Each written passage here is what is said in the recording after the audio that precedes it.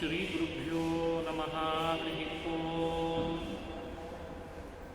ಶುದ್ಧಾನಂದೋರು ಸಂವಿದ್ಯುತಿಬಲಬಹುದಾಯಂ ಚಿಂತಾ ಸಂತಾಪಲೇಪೋದ್ಭವಮೃತಿಮುಖರಾಶೇಷದೋಷಾಪುರಂ ಸದ್ಭಿರ್ವೈರಾಗ್ಯಭಕ್ತಿಶ್ರುತಿಮತಿನಿಯತಧ್ಯಾನಜಜ್ಞಾನಯೋಗಾತ್ ಗಮ್ಯಂ ವಂದೇ ಮುಕುಂದಾಭಿಧಮಮಲಮಲಂ ಬ್ರಹ್ಮವೇದಾಂತವಿದ್ಯಂ ಭ್ರಮಂ ಭಂಗರಹಿತಂ ಅಜಡಂ ವಿಮಲಂ ಸದಾ ಆನಂದತೀರ್ಥಮತುಳಂ ಭಜೆ ತಾಪತ್ರಯಾಪಹಂ ಮೂಕೋಪಿ ಯತ್ರ ಸಾಧೀನ ಮುಕುಂದಶಯನಾಯತೆ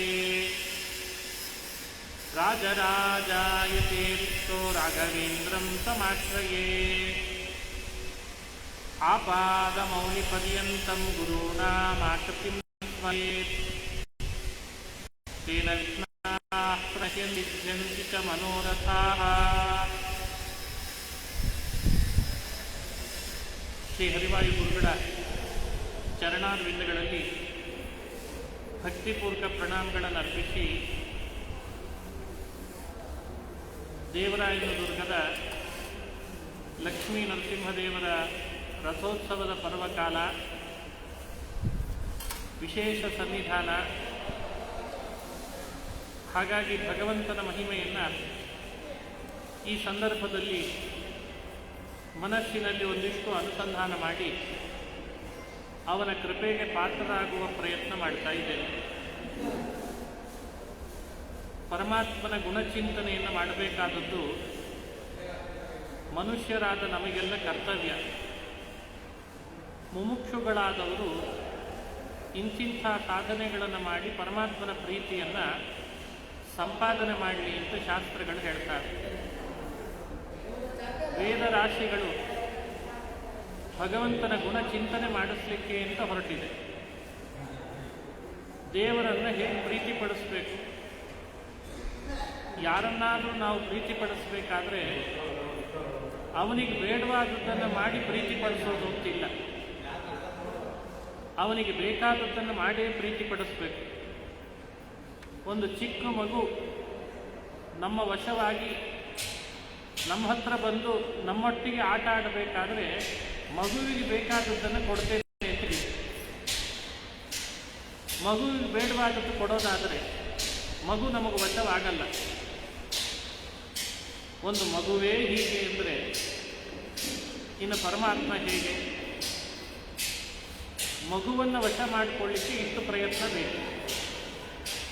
ಇನ್ನು ಭಗವಂತನನ್ನು ವಶಪಡಿಸಿಕೊಂಡು ಅವನ ಪ್ರೀತಿಯನ್ನು ಸಂಪಾದನೆ ಮಾಡಬೇಕಾದ್ರೆ ನಾವು ಎಷ್ಟು ಪ್ರಯತ್ನ ಪಡಬೇಕು ಅಂತ ನಾವು ಯೋಚನೆ ಮಾಡಬೇಕು. ವೇದರಾಶಿಗಳು ಹೇಳ್ತಾರೆ, ನತಾದೃಶಿ ಪ್ರೀತಿರೀಡ್ಯಸ್ಯ ವಿಷ್ಣೋಃ ಗುಣೋತ್ಕರ್ಷಜ್ಞಾತರ್ಯಾದೃಶಿ ಸ್ಯಾತ್. ಅಪ್ಪ, ದೇವರನ್ನು ಪ್ರೀತಿಪಡಿಸಬೇಕಾದ್ರೆ ದೇವರಿಗೆ ಬೇಕಾದದ್ದು ಏನು ಅಂತ ತಿಳಿದು ಅದರಂತೆ ನಡೆದು ಅದರಂತೆ ನುಡಿದು ಅವನನ್ನು ಪ್ರೀತಿಪಡಿಸು. ಅಷ್ಟು ಪ್ರೀತಿ ಪರಮಾತ್ಮ ಇನ್ಯಾವತ್ತೂ ಮಾಡಲಾರ. ಯಾರು ತನ್ನ ಬಗ್ಗೆ ತನ್ನ ಗುಣಗಳ ಬಗ್ಗೆ ಅನುಸಂಧಾನ ಮಾಡ್ತಾನೋ ಅವರ ಮೇಲೆ ತೋರಿಸಿದಷ್ಟು ಪ್ರೀತಿಯನ್ನು ಪರಮಾತ್ಮ ಇನ್ಯಾವತ್ತೂ ಮಾಡಲಾರ. ಹಾಗಾಗಿ ಪ್ರಯತ್ನಪಟ್ಟು ಭಗವಂತನ ಗುಣಗಳನ್ನು ತಿಳಿದಿದ್ದಾನೆ ಅಂತ ಪರಮಾತ್ಮನಿಗೆ ಅನಿಸಿದಾಗ ಅವನ ಪ್ರೀತಿಯನ್ನು ಸಂಪಾದನೆ ಮಾಡಲಿಕ್ಕಾಗ್ತದೆ. ಅದನ್ನು ನಾವು ಮಾಡಬೇಕು. ಈ ವಿಷಯದಲ್ಲಿ ಭಾಗವತದಲ್ಲಿ ಹೇಳಿದ ಕೆಲವು ಗುಣಗಳನ್ನು ಅನುಸಂಧಾನ ಮಾಡೋಣ. ಬಯಕೆ ಇದೆ, ಮೋಕ್ಷ ಬೇಕು ಅಂತ. ಸಾಕಾಗಿದೆ ಸಂಸಾರ. ಈ ಸಂಸಾರದ ದುಃಖ, ದುಗುಡ, ದುಮ್ಮಾನಗಳನ್ನು ದೂರ ಮಾಡಿಕೊಳ್ಳುವ ಬಯಕೆ ಬಹಳ. ಇದು ಭಗವಂತನ ಅನುಗ್ರಹದಿಂದ ದೂರ ಆಗಲಿಕ್ಕೆ ಸಾಧ್ಯ. ಅನುಗ್ರಹಕ್ಕಾಗಿ ಅವನ ಜ್ಞಾನ ಮಾಡಿಕೊಳ್ಬೇಕು, ಗುಣ ತಿಳಿಯಬೇಕು ಅಂತ ಹೇಳಿ. ಆ ಗುಣಗಳಲ್ಲಿ ಭಗವಂತನಲ್ಲಿ ಅನಂತ ಗುಣಗಳಿರೋಣದ್ರಿಂದ ಯಾವ ಗುಣಗಳನ್ನು ನಾವು ಅನುಸಂಧಾನ ಮಾಡ್ತೀವಿ? ಒಂದಿದೆ, ಎರಡಿದೆ, ಮೂರಿದೆ ಅಂದರೆ ಬೇರೆ. ಅನಂತ ಗುಣ ಇದೆ, ಎಣಿಸಲಾರದಷ್ಟು ಗುಣಗಳಿವೆ ಭಗವಂತನಲ್ಲಿ. ಆನಂದ ಇದೆ, ವೀರ್ಯ ಇದೆ, ಪರಾಕ್ರಮ ಇದೆ, ಔದಾರ್ಯ ಇದೆ, ಕಾರುಣ್ಯ ಇದೆ, ಇಷ್ಟೆಲ್ಲ ಗುಣಗಳಿವೆ. ಶಾಸ್ತ್ರಗಳಲ್ಲಿ ಮುಮುಕ್ಷುಗಳಾದವರಿಗೋಸ್ಕರ ಅಂತ ಇವುಗಳನ್ನು ಕಡ್ಡಾಯ ಮಾಡಿ ಹೇಳ್ತಾರೆ. ಈ ಗುಣಗಳನ್ನು ಮಾತ್ರ ಮುಮುಕ್ಷುಗಳು ಉಪಾಸನೆ ಮಾಡಲೇಬೇಕು ಅಂತ. ಯಾವ ಗುಣಗಳು? ಒಂದು, ಭಗವಂತ ಗುಣಪೂರ್ಣ ಅಂತ ಒಂದು ಗುಣ ಇದೆ. ಅವನು ಅನಂತ ಗುಣಪೂರ್ಣ. ಅದನ್ನು ಯಾವಾಗಲೂ ಅನುಸಂಧಾನ ಮಾಡಬೇಕಂತ, ಬಿಡೇ ಮಾಡಬೇಕು. ಪರಮಾತ್ಮ ಗುಣಪರಿಪೂರ್ಣ. ಎರಡನೇದ್ದು, ಭಗವಂತ ದೋಷ ದೂರ. ಇದು ಒಂದು ಭಗವಂತನಲ್ಲಿರುವ ಗುಣವೇ ಸರಿ. ಲವಲೇಶ ದೋಷಗಳು ಭಗವಂತನಲ್ಲಿ ಇಲ್ಲ. ಇದನ್ನು ಉಪಾಸನೆ ಮಾಡಬೇಕು. ಮೂರನೇದ್ದು, ಭಕ್ತರ ಮೇಲೆ ಪರಮಾತ್ಮನಿಗೆ ಅತಿಶಯಿತವಾದ ಅನುಕಂಪ ಅಂತ, ಅನುಕಂಪ ಅನ್ನೋ ಗುಣವನ್ನು ಉಪಾಸನೆ ಮಾಡಬೇಕಂತ. ಪರಮಾತ್ಮ ಗುಣಪೂರ್ಣ, ಭಗವಂತ ದೋಷ ದೂರ, ಭಗವಂತ ಭಕ್ತಾನುಕಂಪಿ. ಈ ಮೂರನ್ನು ಉಪಾಸನೆ ಮಾಡ್ರಿ ಅಂತ ಹೇಳ್ತಾರೆ. ಇದನ್ನ ಪುರಾಣದಲ್ಲಿ ಒಂದು ಘಟನೆಯನ್ನು ತಿಳಿಸುವುದರ ಮೂಲಕ ನಮಗೆಲ್ಲ ಸಂದೇಶ ಕೊಡ್ತದೆ. ಯಾವ ಘಟನೆ ಅದು? ಲಕ್ಷ್ಮೀ ಸ್ವಯಂವರದ ಘಟನೆ ಅಂತ ಹೇಳ್ತಾರೆ. ಲಕ್ಷ್ಮೀದೇವಿಯನ್ನು ವರುಣದೇವರು ಪ್ರಾರ್ಥನೆ ಮಾಡಿದಾಗ ಮಗಳಾಗಿ ಲಕ್ಷ್ಮಿ ಅವತಾರ ಮಾಡಿದ್ರು, ಪ್ರಾದುರ್ಭವಿಸಿದ್ರು. ಲಕ್ಷ್ಮಿ ಪ್ರಾದುರ್ಭಾವ ಆದುದರಿಂದ ಅವಳಿಗೆ ಸ್ವಯಂವರ ಮಾಡುವ ಬಯಕೆಯನ್ನು ವ್ಯಕ್ತಪಡಿಸಿದ ವರುಣ. ಕೇಳಿದ್ದ, ಲಕ್ಷ್ಮಿಯನ್ನು ಕನ್ಯಾದಾನ ಮಾಡುವ ಭಾಗ್ಯ ನನಗೆ ಬೇಕು ಅಂತ. ಆಯಿತು, ಲಕ್ಷ್ಮಿ ಸ್ವಯಂವರ ಮಾಡಬಹುದು ಅಂತ ಹೇಳಿದ್ದಕ್ಕೆ ಸ್ವಯಂವರವನ್ನು ಏರ್ಪಾಡು ಮಾಡಿದ. ಬಹಳ ಪ್ರಸಿದ್ಧವಾದ ಕಥೆ ಲಕ್ಷ್ಮೀ ಸ್ವಯಂವರದ ಕಥೆ. ಭಾಗವತದ 8ನೇ ಸ್ಕಂಧದಲ್ಲಿ ಇದು ನಾವು ಬರ್ತದೆ, ನೋಡಬಹುದು. ಏನಾಗ್ತದೆ? ಜಗತ್ತಿನಲ್ಲಿ ಲಕ್ಷ್ಮಿಯ ಸ್ಥಾನ ಎಷ್ಟು ದೊಡ್ಡದು. ಸರ್ವಮಾನ್ಯಳಾದ ಮಹಾಲಕ್ಷ್ಮಿಯೂ ಕೂಡ ಎಲ್ಲ ದೇವತೆಗಳನ್ನು ಪರಿತ್ಯಜಿಸಿ ಇವನನ್ನು ವರಿಸಿದ್ಲು ಅಂತ ಪ್ರಸಂಗ ಬರ್ತದೆ. ಅದನ್ನೇ ಲಕ್ಷ್ಮೀ ಶೋಭಾನೆಯಲ್ಲಿ ಮುಂದುವರಿಸಿದರು ವಾದರಾಜರು. ಅದು 8ನೇ ಸ್ಕಂದದ ಭಾಗವತದ ನಿರ್ಣಯ ಮಾಡಿ ಅನುಸಂಧಾನಕ್ಕೆ ಬಂದಂತಹ ಗ್ರಂಥವೇ ಲಕ್ಷ್ಮೀ ಶೋಭಾನ. ಎಷ್ಟು ಜನ ಲಕ್ಷ್ಮಿಯನ್ನ ನಾವು ಒರೆಸ್ಬೇಕು ಅಂತ ಬಂದರು, ನನ್ನನ್ನು ಒರೆಸಲಿ ಅಂತ. ಆದರೆ ಲಕ್ಷ್ಮಿ ಯಾರನ್ನೂ ನೋಡಲಿಲ್ಲ. ತನಗಾಗಿ ಅಂತ ಹಿಂದೆ ಬಿದ್ದವರನ್ನ ತಾನು ನೋಡಲಿಲ್ಲ, ತನಗಾಗಿ ಹಿಂದೆ ಬಿದ್ದಿರಲಿಲ್ಲ, ಅವನನ್ನು ತಾನು ಬೇಕು ಅಂತ ಇದೆ. ಈ ಕಥೆ ಪುರಾಣದಲ್ಲಿ ಪ್ರಸಿದ್ಧ. ಈ ಕಥೆಯಿಂದ ತಿಳಿಸಿದ್ದೇನು? ಸರ್ವಮಾನ್ಯಳಾದ ಲಕ್ಷ್ಮೀದೇವಿ ತನ್ನನ್ನು ಅಪೇಕ್ಷಿಸೋ ಎಲ್ಲ ದೇವತೆಗಳನ್ನು ಪರಿತ್ಯಜಿಸಿ ತನ್ನ ಅಪೇಕ್ಷೆನೇ ಪಡೆದೇ ಇರುವಂತಹ ಅಜಿತನಾಮಕನಾದವನನ್ನು ಬಯಸಿದ್ಲು ಅಂತ ಪ್ರಸಂಗ ಬಂತಲ್ಲ, ಇದು ನಮಗೇನು ತಿಳಿಸ್ತಾ ಇದೆ? ಇದನ್ನು ನಾವು ಆಲೋಚನೆ ಮಾಡಲಿ ಅಂತ ಹೇಳ್ತಾರೆ ಹಿರಿಯರು. ಇಲ್ಲಿ ಆಲೋಚನೆ ಮಾಡಿದಾಗ ತಿಳಿದು ಬರೋ ಸಾರ ಏನು ಅಂದರೆ, ಪ್ರಧಾನವಾದದ್ದು ಇದೆ. ಅವಳು ತಾನು ಒರೆಸಬೇಕಾದ್ರೆ ಇಟ್ಟುಕೊಂಡದ್ದು ಈ 3 ಮಾನದಂಡಗಳನ್ನು. ವರುಣನಿಗೆ ಹೇಳ್ತಾಳೆ, ನೋಡು, ನಾನು ವಿವಾಹ ಮಾಡಿಕೊಳ್ಬೇಕು ಅಂತಾದರೆ ಈ 3 ಇರಬೇಕು. ಈ 3ರಲ್ಲಿ ಯಾವ ವ್ಯತ್ಯಾಸ ಇದ್ರೂ ನನಗೆ ಅವನು ಬೇಡ. ಯಾವ 3 ಅದು? ಗುಣಪೂರ್ಣನಾಗಿರಬೇಕು, ದೋಷ ದೂರನಾಗಿರಬೇಕು, ಎಳ್ಳಷ್ಟು ದೋಷಗಳಿರಬಾರ್ದು, ಭಕ್ತಾನುಕಂಪಿ ಆಗಿರಬೇಕು. ಆದರೆ ನಾನು ಅವನನ್ನು ಒರೆಸ್ತೇನೆ. ವ್ಯತ್ಯಾಸ ಆದರೆ ಇವನು ನನಗೆ ಬೇಡ ಅಂತ ಹೇಳ್ತಾಳೆ. ಈ ವಿಷಯದಲ್ಲಿ ಲಕ್ಷ್ಮೀದೇವಿ ತಾನು ಈ ರೀತಿ ಒಂದು ಮಾನದಂಡವನ್ನು, ವರ ಅಂತ ಒರೆಸಬೇಕಾದ್ರೆ ಹೀಗಿರಬೇಕು ಅಂತ ಮಾನದಂಡವನ್ನು ಹೇಳಿ ಅನಾದಿ ದಂಪತಿಗಳಾದರೂ ಲಕ್ಷ್ಮೀನಾರಾಯಣರು ಇದನ್ನೇ ಪ್ರತ್ಯೇಕವಾಗಿ ವ್ಯಾಖ್ಯಾನ ಮಾಡಿದ್ದರಿಂದ ಭಾಗವತದೊಳಗೆ ಮುಮುಕ್ಷುಗಳಾದವರು ಭಗವಂತನನ್ನು ಹೀಗೆ ತಿಳಿಲಿ ಅನ್ನೋ ಉದ್ದೇಶ ಭಾಗವತಕ್ಕಿದೆ ಅಂತ ಹೇಳ್ತಾರೆ ಹಿರಿಯರು.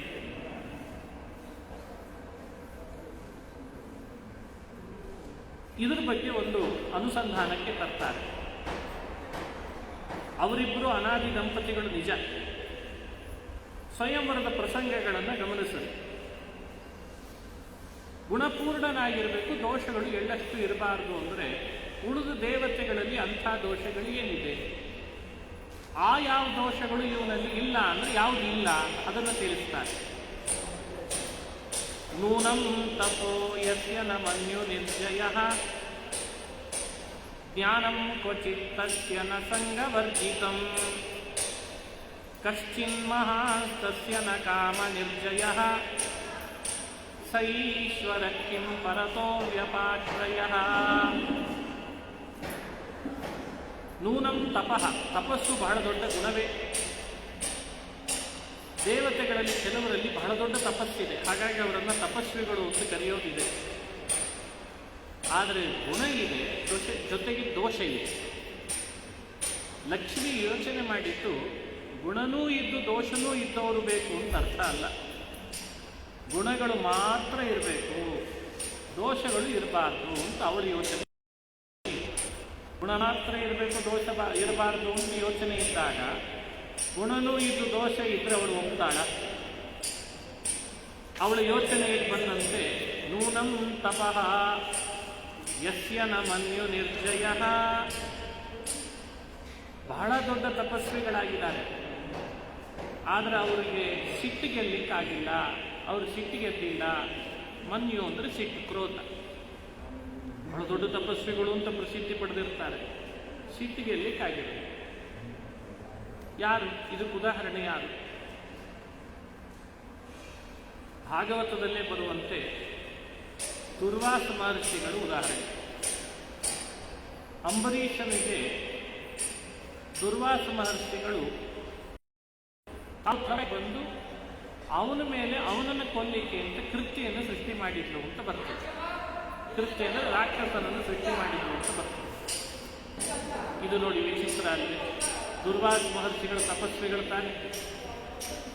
ಅಂಬರೀಷನಂಥ ದೊಡ್ಡ ರಾಜನ ಮೇಲೆ ಬಹಳ ಕ್ರುದ್ಧರಾಗಿ ರಾಕ್ಷಸಿಯನ್ನು ಸೃಷ್ಟಿ ಮಾಡಿ ಕಳಿಸಿಬಿಟ್ಟರು. ಒಂದು ಬಾ ನೀನು. ಈ ಚರಿತ್ರೆಯಿಂದ ನಮಗೇನು ತಿಳಿದು ಬರ್ತದೆ? ದುರ್ವಾಸರಂಥ ಮಹರ್ಷಿಗಳು ತಪಸ್ವಿಗಳಾದರೂ ಕೂಡ ತಪಸ್ಸು ಗುಣ ಇದ್ದರೂ ಅವರಲ್ಲಿ ಕ್ರೋಧ ಇದೆ, ದೋಷ. ನ ಮನ್ಯು ನಿರ್ಜಯಃ ಜ್ಞಾನಂ ಕ್ವಚಿತ್ ತಚ್ಚ ನ ಸಂಗವರ್ಜಿತಂ. ಕೆಲವರಲ್ಲಿ ಜ್ಞಾನ ಇದೆ, ಜ್ಞಾನ ಅಪಾರವಾಗಿದೆ. ಜ್ಞಾನ ಇದ್ದರೂ ಕೂಡ ಸಂಗವರ್ಜಿತಂ ನ ಅಂತ ವಿಷಯ ಸಂಘ ಇನ್ನೂ ಅವರಿಗೆ ಬಿಡಲಿಕ್ಕಾಗಿಲ್ಲ. ಇದೇ ದೋಷ. ವಿಷಯ ಸಂಘ ಅಂದರೆ ಹಣ ಸಂಪಾದನೆ ಮಾಡಬೇಕು ಅನ್ನುವಂಥ ಅಭಿಲಾಷೆ. ಉದಾಹರಣೆಯಾಗಿ ಶುಕ್ರಾಚಾರ್ಯರನ್ನು ಬೃಹಸ್ಪತ್ಯಾಚಾರ್ಯರನ್ನು ತಿಳಿಸ್ತಾರೆ. ಶುಕ್ರಾಚಾರ್ಯ ಯದ್ಯಪಿ ಬಹಳ ದೊಡ್ಡ ಜ್ಞಾನಿಗಳು, ಅವರಿಂದಲೇ ಬಂದದ್ದು ಮುಂದೆ ವಿದುರ ನೀತಿ ಅದು ಕಳಿಂಗ ನೀತಿ ಅಂತ ಆಯಿತು. ಇವತ್ತು ಕಳಿಂಗ ನೀತಿ ಅಂತ ಮಹಾಭಾರತದಲ್ಲಿ ಕೇಳ್ತೇವೆ. ಆ ಕಳಿಂಗ ನೀತಿ ಅಥವಾ ಕಣಿಕ ನೀತಿ ಅಂತ ಕರೀತಾರೆ. ಕಣಿಕ ನೀತಿ ಅಂತ ಹೇಳಿ ಹೆಸರಿದೆ. ಕಣಿಕ ಅಂತ ಒಬ್ಬ ಇದ್ದ. ಅದು ಶುಕ್ರಾಚಾರ್ಯರ ಮೂಲಕವಾಗಿ ಜಗತ್ತಿಗೆ ಬಂದಂತಹ ನೀತಿ. ಎರಡನೇದು ಬೃಹಸ್ಪತ್ಯಾಚಾರ್ಯರು. ಬೃಹಸ್ಪತ್ಯಾಚಾರ್ಯರು ಲೋಕಕ್ಕೆ ಕೊಟ್ಟದ್ದು ಬಹಳ ದೊಡ್ಡ ನೀತಿಶಾಸ್ತ್ರ. ಅವರ ಹತ್ರ ಅಧ್ಯಯನ ಮಾಡಿದ್ರಿಂದ ವಿದುರನಿಗೆ ಬಂತಂತೆ. ಅದೇ ಮುಂದೆ ವಿದುರ ನೀತಿ ಅಂತ ಆಯ್ತು. ಜ್ಞಾನದಲ್ಲಿ ಕೊರತೆ ಇಲ್ಲ ಇಬ್ಬರಿಗೂ. ಆದರೆ ಇಬ್ಬರು ದೈತ್ಯರಿಗೊಬ್ಬ ಪುರೋಹಿತರು, ದೇವತೆಗಳಿಗೆ ಇನ್ನೊಬ್ಬರು ಪುರೋಹಿತರು. ಇವರಿಬ್ಬರ ಪೌರಾಹಿತ್ಯದಿಂದ, ಇವರು ಇಸಿಕೊಂಡ ದಾನದಿಂದ ಇವರ ಸಂಪತ್ತು ಅತಿಶಯಿತವಾಗಿ ಬಂದಿದೆ ಮನೆ ಒಳಗೆ. ಆದರೂ ಇನ್ನೂ ಕೂಡ ಅದರ ಮೇಲೆ ಸಂಘ ಹೋಗಿಲ್ಲ. ಒಂದು ಪುರಾಣದಲ್ಲಿ ಶುಕ್ರಾಚಾರ್ಯರ ಬಗ್ಗೆ, ಬೃಹಸ್ಪತ್ಯಾಚಾರ್ಯರ ಬಗ್ಗೆ ಒಂದು ವಿಷಯ ಹೇಳ್ತಾರೆ. ದೇವಲೋಕದಲ್ಲಿ ಒಂದು ಸಂದರ್ಭ ಈಗ ನಡೀತಂತೆ. ಯಾರ್ಯಾರ ಮನೆಯ ದೇವತೆಗಳೊಳಗೆ ಯಾರ್ಯಾರ ಮನೆಯ ಸಂಪತ್ತು ಜಾಸ್ತಿ ಅಂತ ಎಣಿಸ್ಲಿಕ್ಕೆ ಶುರು ಮಾಡಿದ್ದಾರೆ. ಬಹಳ ಪ್ರಯಾಸಪಟ್ಟು ಎಲ್ಲರ ಮನೆಯನ್ನು ಎಣಿಸ್ತಾ ಬಂದರು. ಎಲ್ಲರಿಗೆ ಕಲ್ಪನೆ ಇದ್ದದ್ದು ಕುಬೇರನ ಮನೆಯಲ್ಲಿ ಶ್ರೀಮಂತಿಕೆ ಜಾಸ್ತಿ, ಧನಿಕ ಆದ್ದರಿಂದ, ಧನಾಧ್ಯಕ್ಷ ಆದ್ದರಿಂದ. ಕುತೂಹಲದಿಂದ ಕೇಳಿದ್ರಂತೆ ಲೆಕ್ಕ ಹಾಕೋರಿಗೆ, ಇಷ್ಟು ದೇವತೆಗಳ ಮೇಲೆಲ್ಲ ಹೋಗಿ ಬಂದು ಸರ್ಚ್ ಮಾಡಿದ್ರಲ್ಲ, ಯಾರ ಮನೆಯಲ್ಲಿ ಹೆಚ್ಚಿತ್ತು ಹಣ ಅಂತ ಕೇಳಿದ್ರಂತೆ. ಇಷ್ಟು ಸರ್ಚ್ ಮಾಡಿದರೂ ನಮಗೆ ಸಮಸ್ಯೆ ಆಗಿರಲಿಲ್ಲ, ಬಹಳ ಸಮಯ ತಗೊಂಡು ಬಹಳ ಸಂಪತ್ತು ಕಂಡದ್ದು ಅಂದರೆ ಶುಕ್ರಾಚಾರ್ಯ ಮನೆಯಲ್ಲಿ, ಬೃಹಸ್ಪತ್ಯಾಚಾರ್ಯ ಮನೆಯಲ್ಲಿ ಅಂದ್ರಂತೆ. ಅಷ್ಟು ದಾನ, ಅಷ್ಟು ದಕ್ಷಿಣೆ, ಅಷ್ಟು ದ್ರವ್ಯ, ಅಷ್ಟು ಸಿರಿವಂತಿಕೆ ಇದೆ. ಇನ್ನೂ ವಿಶೇಷ ವಿವರಣೆ ಕೊಡೋದಾದರೆ, ಬೃಹಸ್ಪತ್ಯಾಚಾರ್ಯ ಶುಕ್ರಾಚಾರ್ಯ ಮನೆಯ ಸಂಪತ್ತಿನ ಮುಂದೆ ಕುಬೇರನ ಮನೆಯ ಸಂಪತ್ತು 1/4 ಅಂಶ ಅಂತಂದ್ರಂತೆ. ಇದರ ಮೇಲೆ ನೀವೇ ತಿಳ್ಕೊಳ್ಬೇಕು ಅಂದರೆ ಎಷ್ಟು ಸಂಪತ್ತಿರಬೇಡ. ಇದು ಬೃಹಸ್ಪತಿ ಶುಕ್ರಾಚಾರ್ಯರ ಜ್ಞಾನ ಇದ್ದರೂ ಹಣ ಸಂಪಾದನೆಯಲ್ಲಿ ಅವರು ಬಿದ್ದಿದ್ದಾರೆ, ಅತಿಯಾದ ವಿಷಯದ ಆಸಕ್ತಿ ಇದೆ, ಜ್ಞಾನ ಇದ್ದರೂ ನಮಗದು ಉಪಯೋಗಕ್ಕೆ ಬರಲ್ಲ ಅಂತ ಲಕ್ಷ್ಮಿ ಗುಣ ಇದೆ, ಜೊತೆಯಲ್ಲಿ ದೋಷನೂ ಇದೆ ಎನ್ನುವಾಗ ಇದನ್ನು ಹೇಳಿದ್ದಂತೆ. ನೂನಂ ತಪೋ ಯಸ್ಯ ನ ಮನ್ಯು ನಿರ್ಜಯಃ ಜ್ಞಾನಂ ಕ್ವಚಿತ್ ತಚ್ಚ ನ ಸಂಗವರ್ಜಿತಂ. ಜ್ಞಾನಂ ಕ್ವಚಿತ್ ತಚ್ಚ ನ ಸಂಗವರ್ಜಿತಂ ಕಶ್ಚಿನ್ಮಹಾಸ್ತಸ್ಯ ನ ಕಾಮ ನಿರ್ಜಯಃ. ಕಶ್ಚಿನ್ ಮಹಾನ್, ಇನ್ನೊಬ್ಬ ಇದ್ದಾನೆ, ಮಹಾನ್ ಅಂತ ಕರೆಸ್ಕೊಳ್ತಾನೆ. ಕಾರಣ ಆ ತತ್ವದ ದೇವತೆ, ಆತ ಮಹತ್ತತ್ವದ ದೇವತೆ. ಹಾಗಾಗಿ ಅವರಿಗೆ ಮಹಾನ್ ಅಂತ ಕರೆಸಿದ್ದು ಸರಿನೇ ಇದೆ. ಅವನಲ್ಲಿಯೂ ದೋಷ ಇದೆ ಅಂತ ಲಕ್ಷ್ಮಿ. ಏನು? ನ ಕಾಮ ನಿರ್ಜಯ. ಸೃಷ್ಟಿಕಾಲದಲ್ಲಿ ಚತುರ್ಮುಖ ಬ್ರಹ್ಮ ತಾನೇ ಸೃಷ್ಟಿ ಮಾಡಿದ ತನ್ನ ಮಗಳನ್ನೇ ವಿವಾಹ ಮಾಡಿಕೊಂಡ ಅಂತ ಪುರಾಣದಲ್ಲಿ ಪ್ರಸಿದ್ಧಿ ಇದೆ. ಬ್ರಹ್ಮ ಸ್ವದುಹಿತರಮೇವ ಕಾಮಯಾಮಾಸ. ಒಂದು ವೇಳೆ ಆತನಿಗೆ ಕಾಮ ಗೆಲ್ಲುವ ಸಂದರ್ಭಗಳಿದ್ದಿದ್ರೆ ತಾನೇ ಹುಟ್ಟಿಸಿದ ಮಗಳನ್ನು ವಿವಾಹ ಮಾಡ್ಕೊಳ್ತಿದ್ನ. ನೀವು ಆಮೇಲೆ ಅದಕ್ಕೆ ಸಮಜಾಯಿಸಿ ಕೊಡ್ಬೋದು, ಪುರಾಣ ಹಾಗೆ ಹೇಳ್ತದೆ, ಅದು ಭಗವಂತನ ಆದೇಶ ಇತ್ತು, ಅದು ಆಮೇಲೆ ಸಮಜಾಯಿಸಿ ಕೊಡ್ಬೋದು. ಆದರೆ ಮಹಾನ್ ಅನಿಸಿದ್ರು ಅವನಲ್ಲಿ ಕಾಮ ನಿರ್ಜಯ ಇಲ್ಲ ಅನ್ನಲಿಕ್ಕೆ ಇದು ಉದಾಹರಣೆಯಾಗಿ ಕೊಟ್ಟಿದ್ದಾರೆ. ಕಶ್ಚಿನ್ ಮಹಾನ್ ತಸ್ಯ ನ ಕಾಮ ನಿರ್ಜಯ ಸ ಈಶ್ವರ ಕಿಂ ಪರತೋ ವ್ಯಪಾಶ್ರಯ. ಶಿವ ಇದ್ದಾನೆ, ಈಶ್ವರ ಅಂತ ಪ್ರಸಿದ್ಧ. ಅವನಲ್ಲಿ ಗುಣ ಮಾತ್ರ ಇದೆನಾ, ದೋಷ ಇಲ್ಲವೇ ಇಲ್ವಾ ಅಂತ ವಿಚಾರ ಮಾಡಿದರೆ ಸ ಈಶ್ವರ ಪರತೋ ವ್ಯಪಾಶ್ರಯ. ಸಮಯ ಬಂದಾಗ ಅವನು ಇನ್ನೊಬ್ಬನನ್ನು ಆಶ್ರಯ ಪಡೆದದ್ದು ಪುರಾಣದಲ್ಲಿ ಗೊತ್ತಿದೆ, ಪ್ರಸಿದ್ಧಿ ಇದೆ. ಅದು ವೃಕಾಸುರ, ಭಸ್ಮಾಸುರನ ಕಥೆ ಹೇಳ್ತಾರೆ. ಹಿಂದೆ ಮಹರುದ್ರ ದೇವರು ಒಬ್ಬ ಅಸುರ ತಪಸ್ಸು ಮಾಡಿಸಿದ್ದಾನೆ ಅಂತ ಪ್ರಕಟರಾದ್ರಂತೆ. ಆ ಅಸುರ ತಪಸ್ಸು ಮಾಡುವಾಗ ಶಿವ ಬಂದ ಅಂತ ಬಹಳ ಸಂತೋಷಪಟ್ಟ. ಏನು ವರ ಬೇಕು ನಿನಗೆ ಅಂತ ಕೇಳಿದೆ. ನನಗೇನು ವರ ಬೇರೆ ಬೇಡ, ನಾನು ಯಾರ ತಲೆ ಮೇಲೆ ಕೈ ಇಡ್ತೇನೆ ಅವರು ಭಸ್ಮ ಆಗಬೇಕು ಅಂತ ವರ ಕೇಳಿದ್ನಂತೆ. ರುದ್ರದೇವರು ಎಷ್ಟೋ ಅಸುರರು ತಪಸ್ಸಿಗೆ ಕೂತಾಗಿ ಇಂತಿಂಥ ವರ ಕೇಳ್ತಿರ್ತಾರೆ ಬಿಡು ಅಂತ ತಥಾಸ್ತು ಅಂತ ವರ ಕೊಟ್ಬಿಡ್ತಾರೆ.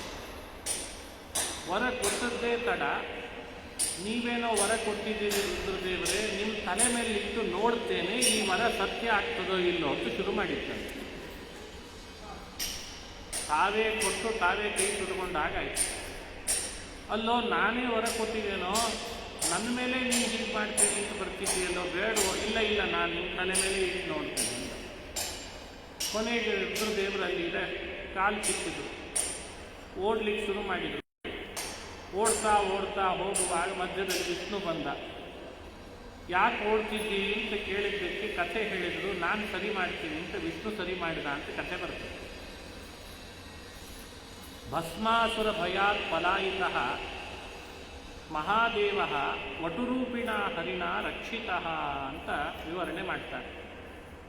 ಒಂದು ವಟುವಿನ ರೂಪದಲ್ಲಿ ಬಂದಿದ್ದಂತೆ ವಿಷ್ಣು ಶಿವನಿಗೆ ರಕ್ಷಣೆ ಕೊಟ್ಟಂತೆ, ನೀನು ಯೋಚನೆ ಮಾಡಬೇಡ, ಭಸ್ಮಾಸುರನ ನಾನು ನೋಡ್ಕೊಳ್ತೇನೆ ಅಂತಂದ. ಏನು ಮಾಡಿದ, ಬರ್ತಿದ್ದ ಭಸ್ಮಾಸುರನನ್ನು ವಟುವಾಗಿ ವಿಷ್ಣು ತಡದ್ನಂತೆ. ಭಸ್ಮಾಸುರ ನಿಲ್ಲೋ ಸ್ವಲ್ಪ ಅಂತ. ಭಸ್ಮಾಸುರ ನಿಂತ. ನಾನು ಹೋಗಬೇಕು, ಶಿವನ ತಲೆ ಮೇಲೆ ಕೈ ಇಡಬೇಕು ಅಂತ ಅವನಿಗೆ ಅವಸರ ಇತ್ತು. ನಿಂತ ಈ ವಟು ಹೇಳಿದ್ದೇನೆ. ಹೋಗಿ ಹೋಗಿ ಶಿವನ ಹತ್ರ ವರ ಕೇಳಿದೆಯಲ್ಲ, ಅವನು ಕೊಟ್ಟದ್ದು ಯಾವುದು ಸತ್ಯ ಆದದ್ದಿಲ್ಲ, ನಿನಗೆ ವರ ಕೊಟ್ಟಿದ್ದಾನಷ್ಟೇ, ಅದು ಸತ್ಯ ಆಗ್ತದೆ ಅಂದ್ಕೊಂಡ್ಬಿಟ್ಟಿದ್ದಿ. ಸಮಯ ಹರಣ ಮಾಡಬೇಡ, ಸ್ವಲ್ಪ ಯೋಚನೆ ಮಾಡು. ಎಷ್ಟು ಜನ ರಾಕ್ಷಸರಿಗೆ ವರ ಕೊಟ್ಟಿಲ್ಲ, ಅವ್ರು ಎಷ್ಟು ಜನ ಸತ್ತೋಗಿಲ್ಲ, ಆಮೇಲೆ ವರ ಕೊಟ್ಟರೂ ಸತ್ತೋಗಿದ್ದಾರೆ. ನೀನು ಬೇಕಂದ್ರೆ ಪರೀಕ್ಷೆ ಮಾಡ್ಕೊಳ್ಳೋದ್ರ ಬದಲು, ಅವನ ಹಿಂದೆ ಹೋಗೋದ್ರ ಬದಲು ನಿನ್ನ ತಲೆ ಮೇಲೆ ಇಟ್ಕೋ ಅಂತಂದ. ನೋಡಿ, ನಾನು ಹೇಳ್ತೀನಿ ಅದು ಸುಳ್ಳಿದೆ, ನಿನ್ನ ತಲೆ ಮೇಲೆ ಇಟ್ಕೋ ಅಂತ ಅವನನ್ನು ಮೋಹ ಮಾಡಿಬಿಟ್ಟು. ಅವನು ಯಾವ ಅಮಲ್ನಲ್ಲಿದ್ದೋ ಏನೋ ಅಸುರ, ವಟುರೂಪಿ ವಿಷ್ಣು ಹೇಳೋ ಮಾತಿನ ಆ ಮೋಹಕ್ಕೆ ತಲೆ ಮೇಲೆ ಕೈ ಇಟ್ಟುಕೊಂಡ, ತಾನೇ ಭಸ್ಮ ಆದ. ಅದಕ್ಕೆ ಅವನಿಗೆ ಭಸ್ಮಾಸುರ ಅಂತ ಕರೆದ್ರಂತೆ. ಮೋಹಿನಿ ರೂಪ ಅಲ್ಲ, ಮೋಹಿನಿ ಅಲ್ಲ, ವಟುವಿನ ರೂಪದಲ್ಲಿ ಮಾಡಿದ್ದೆ. ವಟುರೂಪಿಣ ಹರಿಣ ರಕ್ಷಿತಃ ಅಂತ ಭಾಗವತ. ಅದು ಶಿವನನ್ನು ಮೋಹಗೊಳಿಸಿದ್ದು ಮೋಹಿನಿ ರೂಪ. ಶಿವನನ್ನು ಮೋಹಗೊಳಿಸಿದ್ದು ಮೋಹಿನಿ ರೂಪ, ಭಸ್ಮಾಸುರನನ್ನು ಮೋಹಗೊಳಿಸಿದ್ದು ವಟುರೂಪ ಅಂತ ವಿವರಣೆ ಮಾಡಿ. ಹೀಗೆ ಭಸ್ಮಾಸುರನ ಕಥೆಯನ್ನು ಹೇಳ್ತದೆ ಪುರಾಣ. ಇದರಿಂದ ಏನಾಯಿತು? ಕಶ್ಚಿನ್ ಮಹಾಸ್ತಸ್ಯ ನ ಕಾಮ ನಿರ್ಜಯಃ ಸ ಈಶ್ವರ ಕಿಂ ಪರತೋ ವ್ಯಪಾಶ್ರಯಃ. ಹೆಸರಿಗೆ ಈಶ್ವರ ಅಂತ ಪ್ರಸಿದ್ಧನಾದರೂ ತನಗೆ ಆಪತ್ತು ಬಂದಾಗ ಇನ್ನೊಬ್ಬನನ್ನು ಆಶ್ರಯಿಸುವ ಸ್ಥಿತಿ ಬಂದಿದ್ದರ ಬಗ್ಗೆ ಪುರಾಣ ವಿವರಣೆ ಕೊಡ್ತದಲ್ವ, ಅದನ್ನು ನಾವು ವಿಶ್ವಾಸ ಮಾಡಬೇಕಾಗ್ತದೆ. ಮತ್ತೊಂದು ಪ್ರಸಂಗವನ್ನು ಹೇಳ್ತದೆ ಪುರಾಣ. ಧರ್ಮ ಕ್ವಚಿತ್ ತಸ್ಯ ನ ಭೂತ ಸೌಹೃದಂ ತ್ಯಾಗ ಕ್ವಚಿತ್ ತಸ್ಯ ನ ಮುಕ್ತಿ ಕಾರಣಂ ವೀರ್ಯಂಚ ಪುಂಸೋಸ್ತ್ಯಜವೇಗ ನಿಷ್ಕೃತಂ ನ ಹಿ ದ್ವಿತೀಯೋ ಗುಣಸಂಗವರ್ಜಿತಃ. ಧರ್ಮ ಕ್ವಚಿತ್ ತಸ್ಯ ನ ಭೂತ ಸೌಹೃದಂ. ಯಮದೇವರಿದ್ದಾರೆ, ಅವರಿಗೆ ಬೇಕಾದಷ್ಟು ಧರ್ಮ ಇದೆ. ಧರ್ಮದಲ್ಲಿ ಧರ್ಮರಾಜ ಅಂತೇಳಿ ಪ್ರಸಿದ್ಧಿ. ಆದರೆ ಧರ್ಮರಾಜನಲ್ಲಿ ಧರ್ಮ ಇದ್ದರೂ ಭೂತ ಸೌಹೃದಂ ನ ಅಂತಾರೆ. ಯಾವ ಜೀವ ಜಂತುಗಳ ಮೇಲೂ ಅವರಿಗೇನು ದಯೆ ಇಲ್ಲ. ಇಲ್ಲಿ ಸೌಹೃದ ಅಂದರೆ ದಯೆ ಇಟ್ಟುಕೊಂಡಿದ್ದಾರೆ. ಯಾವುದಾದ್ರೂ ಜೀವನ ಮೇಲೆ ದಯೆ ಇದೆನಾ? ಯಾರೇ ಪಾಪ ಮಾಡಿದವರು ಬರಲಿ, ಅವರ ಮೇಲೆ ಅವರಿಗೆ ಅಂತ ಶಿಕ್ಷೆ ಕೊಡಬೇಕಾದದನ್ನು ಕೊಟ್ಟೇ ಕೊಡ್ತಾರೆ. ಹಾಗಾಗಿ ಯಮ ದಯೆ ಇಲ್ಲ ಅನ್ನೋ ಕಾರಣದಿಂದ, ಧರ್ಮ ಅನ್ನೋ ಗುಣ ಇದ್ದರೂ ದಯೆ ಇಲ್ಲ ಅನ್ನೋ ಕಾರಣದಿಂದ ಅವನನ್ನು ಒರೆಸ್ಲಿಕ್ಕಾಗಲ್ಲ ಅಂತ, ಅವನಲ್ಲಿ ಗುಣನೂ ಇದೆ, ದೋಷ ಇಂಥದ್ದಿದೆ ಅಂತ ವ್ಯಾಖ್ಯಾನ ಮಾಡಿಬಿಟ್ಟ. ಕೆಲವರಲ್ಲಿ ತ್ಯಾಗ ಇದೆ. ತ್ಯಾಗ ಇದ್ದರೂ ಕೂಡ ಅದು ಮುಕ್ತಿಗೆ ಕಾರಣ ಆಗಿಲ್ಲ ಅಂತ ನೋಡಿ. ಪುರಾಣಗಳೆಲ್ಲ ಕಾಂತಾ ಸಂಹಿತ, ಮಿತ್ರ ಸಂಹಿತ, ಪ್ರಭು ಸಂಹಿತ ಅಂತ 3 ಸಂಹಿತೆಗಳನ್ನು ಹೇಳ್ತಾರೆ. ಆ ಸಂಹಿತೆಗಳಲ್ಲಿ ಪುರಾಣಗಳೆಲ್ಲ ಕಾಂತಾ ಸಂಹಿತ ಇದ್ದಾಗಿದ್ದಾರೆ. ಕಾಂತಾ ಸಂಹಿತ ಅಂದರೆ ಒಬ್ಬ ಯಜಮಾನ ಒಬ್ಬಳು ಹೆಂಡತಿ, ಗಂಡ ಹೆಂಡತಿಯರ ಮಧ್ಯದಲ್ಲಿ ಮಾತನಾಡ್ತಾ ಅಂಥ ಸಮಸ್ಯೆಗಳಿಗೆ ಪರಿಹಾರ ಹೇಗೆ ಹುಡುಕ್ತಾರೋ ಹಾಗೆ ಇಲ್ಲಿ ಪುರಾಣಗಳು ನಮ್ಮ ಬದುಕಿಗೆ ಸಮಸ್ಯೆಗೆ ಪರಿಹಾರ ಹುಡುಕಿಸಿಕೊಡುವಂಥ ಕಾಂತಾ ಸಂಹಿತ ಅಂತ ಕರೀತಾರೆ. ವೇದಗಳೆಲ್ಲ ಮಿತ್ರ ಸಂಹಿತ, ವೇದಗಳೆಲ್ಲ ಪ್ರಭು ಸಂಹಿತ. ಪ್ರಭು ಸಂಹಿತ ಅಂದರೆ ಪ್ರಭು ಅಂದರೆ ರಾಜ, ಆಡಳಿತದ ವ್ಯವಸ್ಥೆ ಒಳಗೆ ಆದೇಶ ಮಾಡಿ ಮಾಡಿ ವ್ಯವಸ್ಥೆಯನ್ನು ನಡೆಸ್ತಾರೆ. ವೇದಗಳಲ್ಲಿ ಏನು ಮಾಡಿದರೂ ಆದೇಶನೇ ಇದೆ. ಸ್ತೋತವ್ಯೋ ಮಂತವ್ಯೋ ನಿಧಿಧ್ಯಾಸಿತವ್ಯ ಅಂತ ಆದೇಶ ಮಾಡಿ ಹೇಳ್ತಾರೆ. ಹಾಗಾಗಿ ವೇದಗಳನ್ನು ಶ್ರುತಿಗಳನ್ನು ಪ್ರಭು ಸಂಹಿತ ಅಂತ ಕರೀತಾರೆ. ಮಹಾಭಾರತಗಳೆಲ್ಲ ಮಿತ್ರ ಸಂಹಿತ. ಸ್ನೇಹಿತನಿಗೆ ಇನ್ನೊಬ್ಬ ಸ್ನೇಹಿತ ಯಾವ ರೀತಿ ದಾರಿಗೆ ತರಬೇಕು ಅಂತ ವಿವರಣೆ ಕೊಡ್ತಾನೆ, ಉಪದೇಶ ಮಾಡ್ತಾನೆ, ಅದೆಲ್ಲ ಮಿತ್ರ ಸಂಹಿತ. ಪುರಾಣಗಳೆಲ್ಲ ಕಾಂತಾ ಸಂಹಿತ. ಕಾಂತ ಅಂದರೆ ಯಜಮಾನ, ಗಂಡ ಹೆಂಡತಿಯರ ಮಧ್ಯದಲ್ಲಿ ನಡೆಯುವ ಉಪದೇಶದ ಮಾತುಗಳು. ವೇದ ಪ್ರಭು ಸಂಹಿತ, ಮಹಾಭಾರತ ಮಿತ್ರ ಸಂಹಿತ, ಪುರಾಣ ಕಾವ್ಯಗಳು ಅವೆಲ್ಲ ಕಾಂತಾ ಸಂಹಿತ ಅಂತ ತಿಳಿಬೇಕಂತೆ. ಗಂಡ ಹೆಂಡತಿಯರು, ಕಾಂತ ಅಂದರೆ ಹೆಂಡತಿಯೂ ಸರಿ. ಹೆಂಡತಿ ಗಂಡನಿಗೆ ಉಪದೇಶ ಮಾಡಿ ಗಂಡನನ್ನು ದಾರಿಗೆ ತರುವಂತೆ ಮಾಡ್ತಾರೆ. ಹಾಗೆ ಪುರಾಣಗಳಲ್ಲಿ ಬರುವ ಅನೇಕ ಪ್ರಸಂಗಗಳು ನಮ್ಮನ್ನು ಸರಿ ದಾರಿಗೆ ತರಲಿಕ್ಕೆ ಇಂಥ ಅನೇಕ ಪ್ರಸಂಗಗಳನ್ನು ಉಪದೇಶ ಮಾಡ್ತಾರೆ. ಧರ್ಮ ಇದೆ, ಆದರೆ ಅದು ದಯಾಮಯವಾದದ್ದಲ್ಲ. ತ್ಯಾಗ ಇದೆ, ಮುಕ್ತಿಗೆ ಕಾರಣವಾದದ್ದಿಲ್ಲ. ಈ ಪ್ರಸಂಗ ಹೇಳ್ತಾ ಇದ್ದೀನಿ. ತ್ಯಾಗ ಇದೆ, ಮುಕ್ತಿಗೆ ಕಾರಣವಾದದ್ದಿಲ್ಲ ಅನ್ನಲಿಕ್ಕೆ ಉದಾಹರಣೆ ಯಾರು? ಪುರಾಣದಲ್ಲಿ ಹೇಳುವಂತೆ ಬಲಿಚಕ್ರವರ್ತಿ ಅಂತಾರೆ. ಅನೇನ ಚ ದೈತ್ಯೇಂದ್ರಾಹ ಬಲ್ಯಾದಯ ಅಂತಾರೆ. ಬಲಿ ದಾನ ಮಾಡಿದ್ದರವರಲ್ಲಿ ಬಹಳ ಪ್ರಸಿದ್ಧ. ದಾನ ಅಷ್ಟು ಮಾಡ್ತಾ ಇದ್ದಂತೆ ಬಲಿ.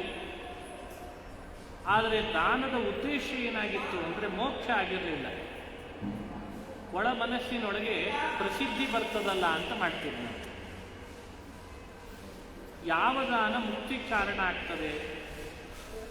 ಭಗವಂತನ ಪೂಜಾರೂಪವಾದ ದಾನ ಮಾತ್ರ ಮುಕ್ತಿಗೆ ಕಾರಣ ಆಗ್ತದೆ. ದಾನವು 3 ವಿಧ ಅಂತ ಭಗವದ್ಗೀತೆಯಲ್ಲಿ ಕೃಷ್ಣ ಹೇಳ್ತಾನಲ್ಲ.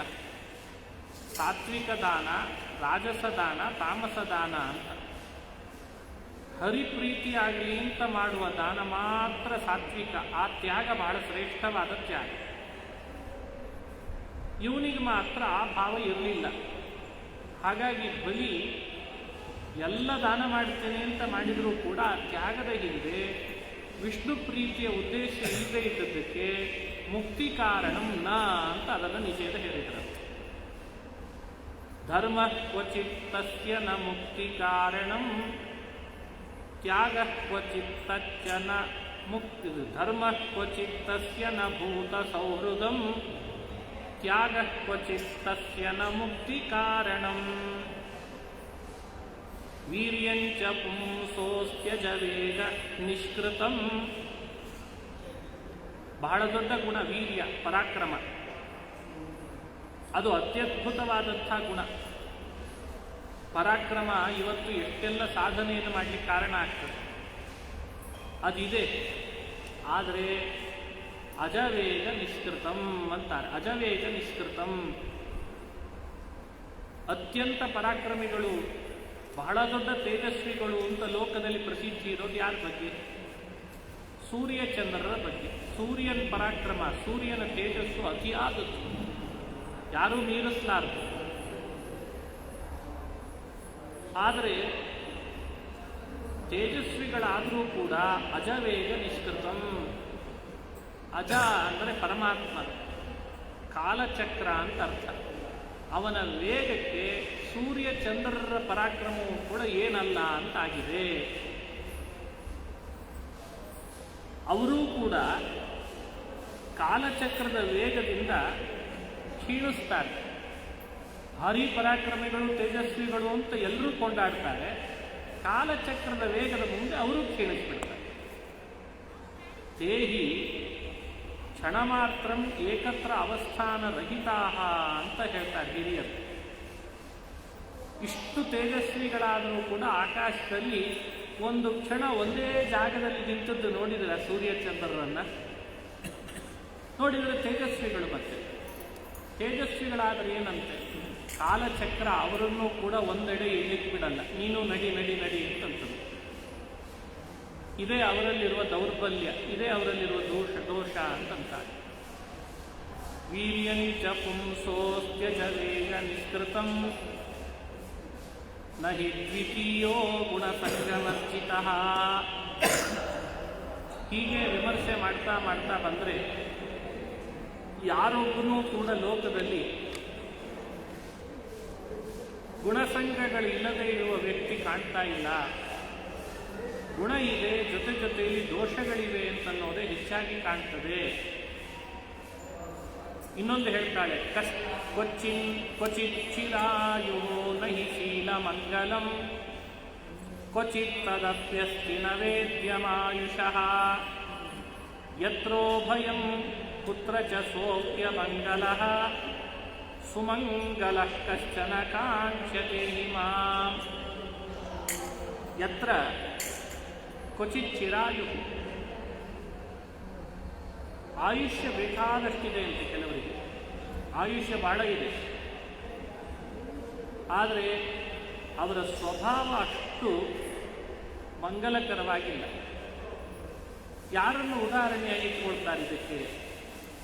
ಶೇಷನನ್ನ ಅಂತಾರೆ. ಶೇಷಾದಿತಿ, ಶೇಷದೇವರ ಆಯುಷ್ಯ ಬಹಳ ದೊಡ್ಡ ಆಯುಷ್ಯ ಅಂತ.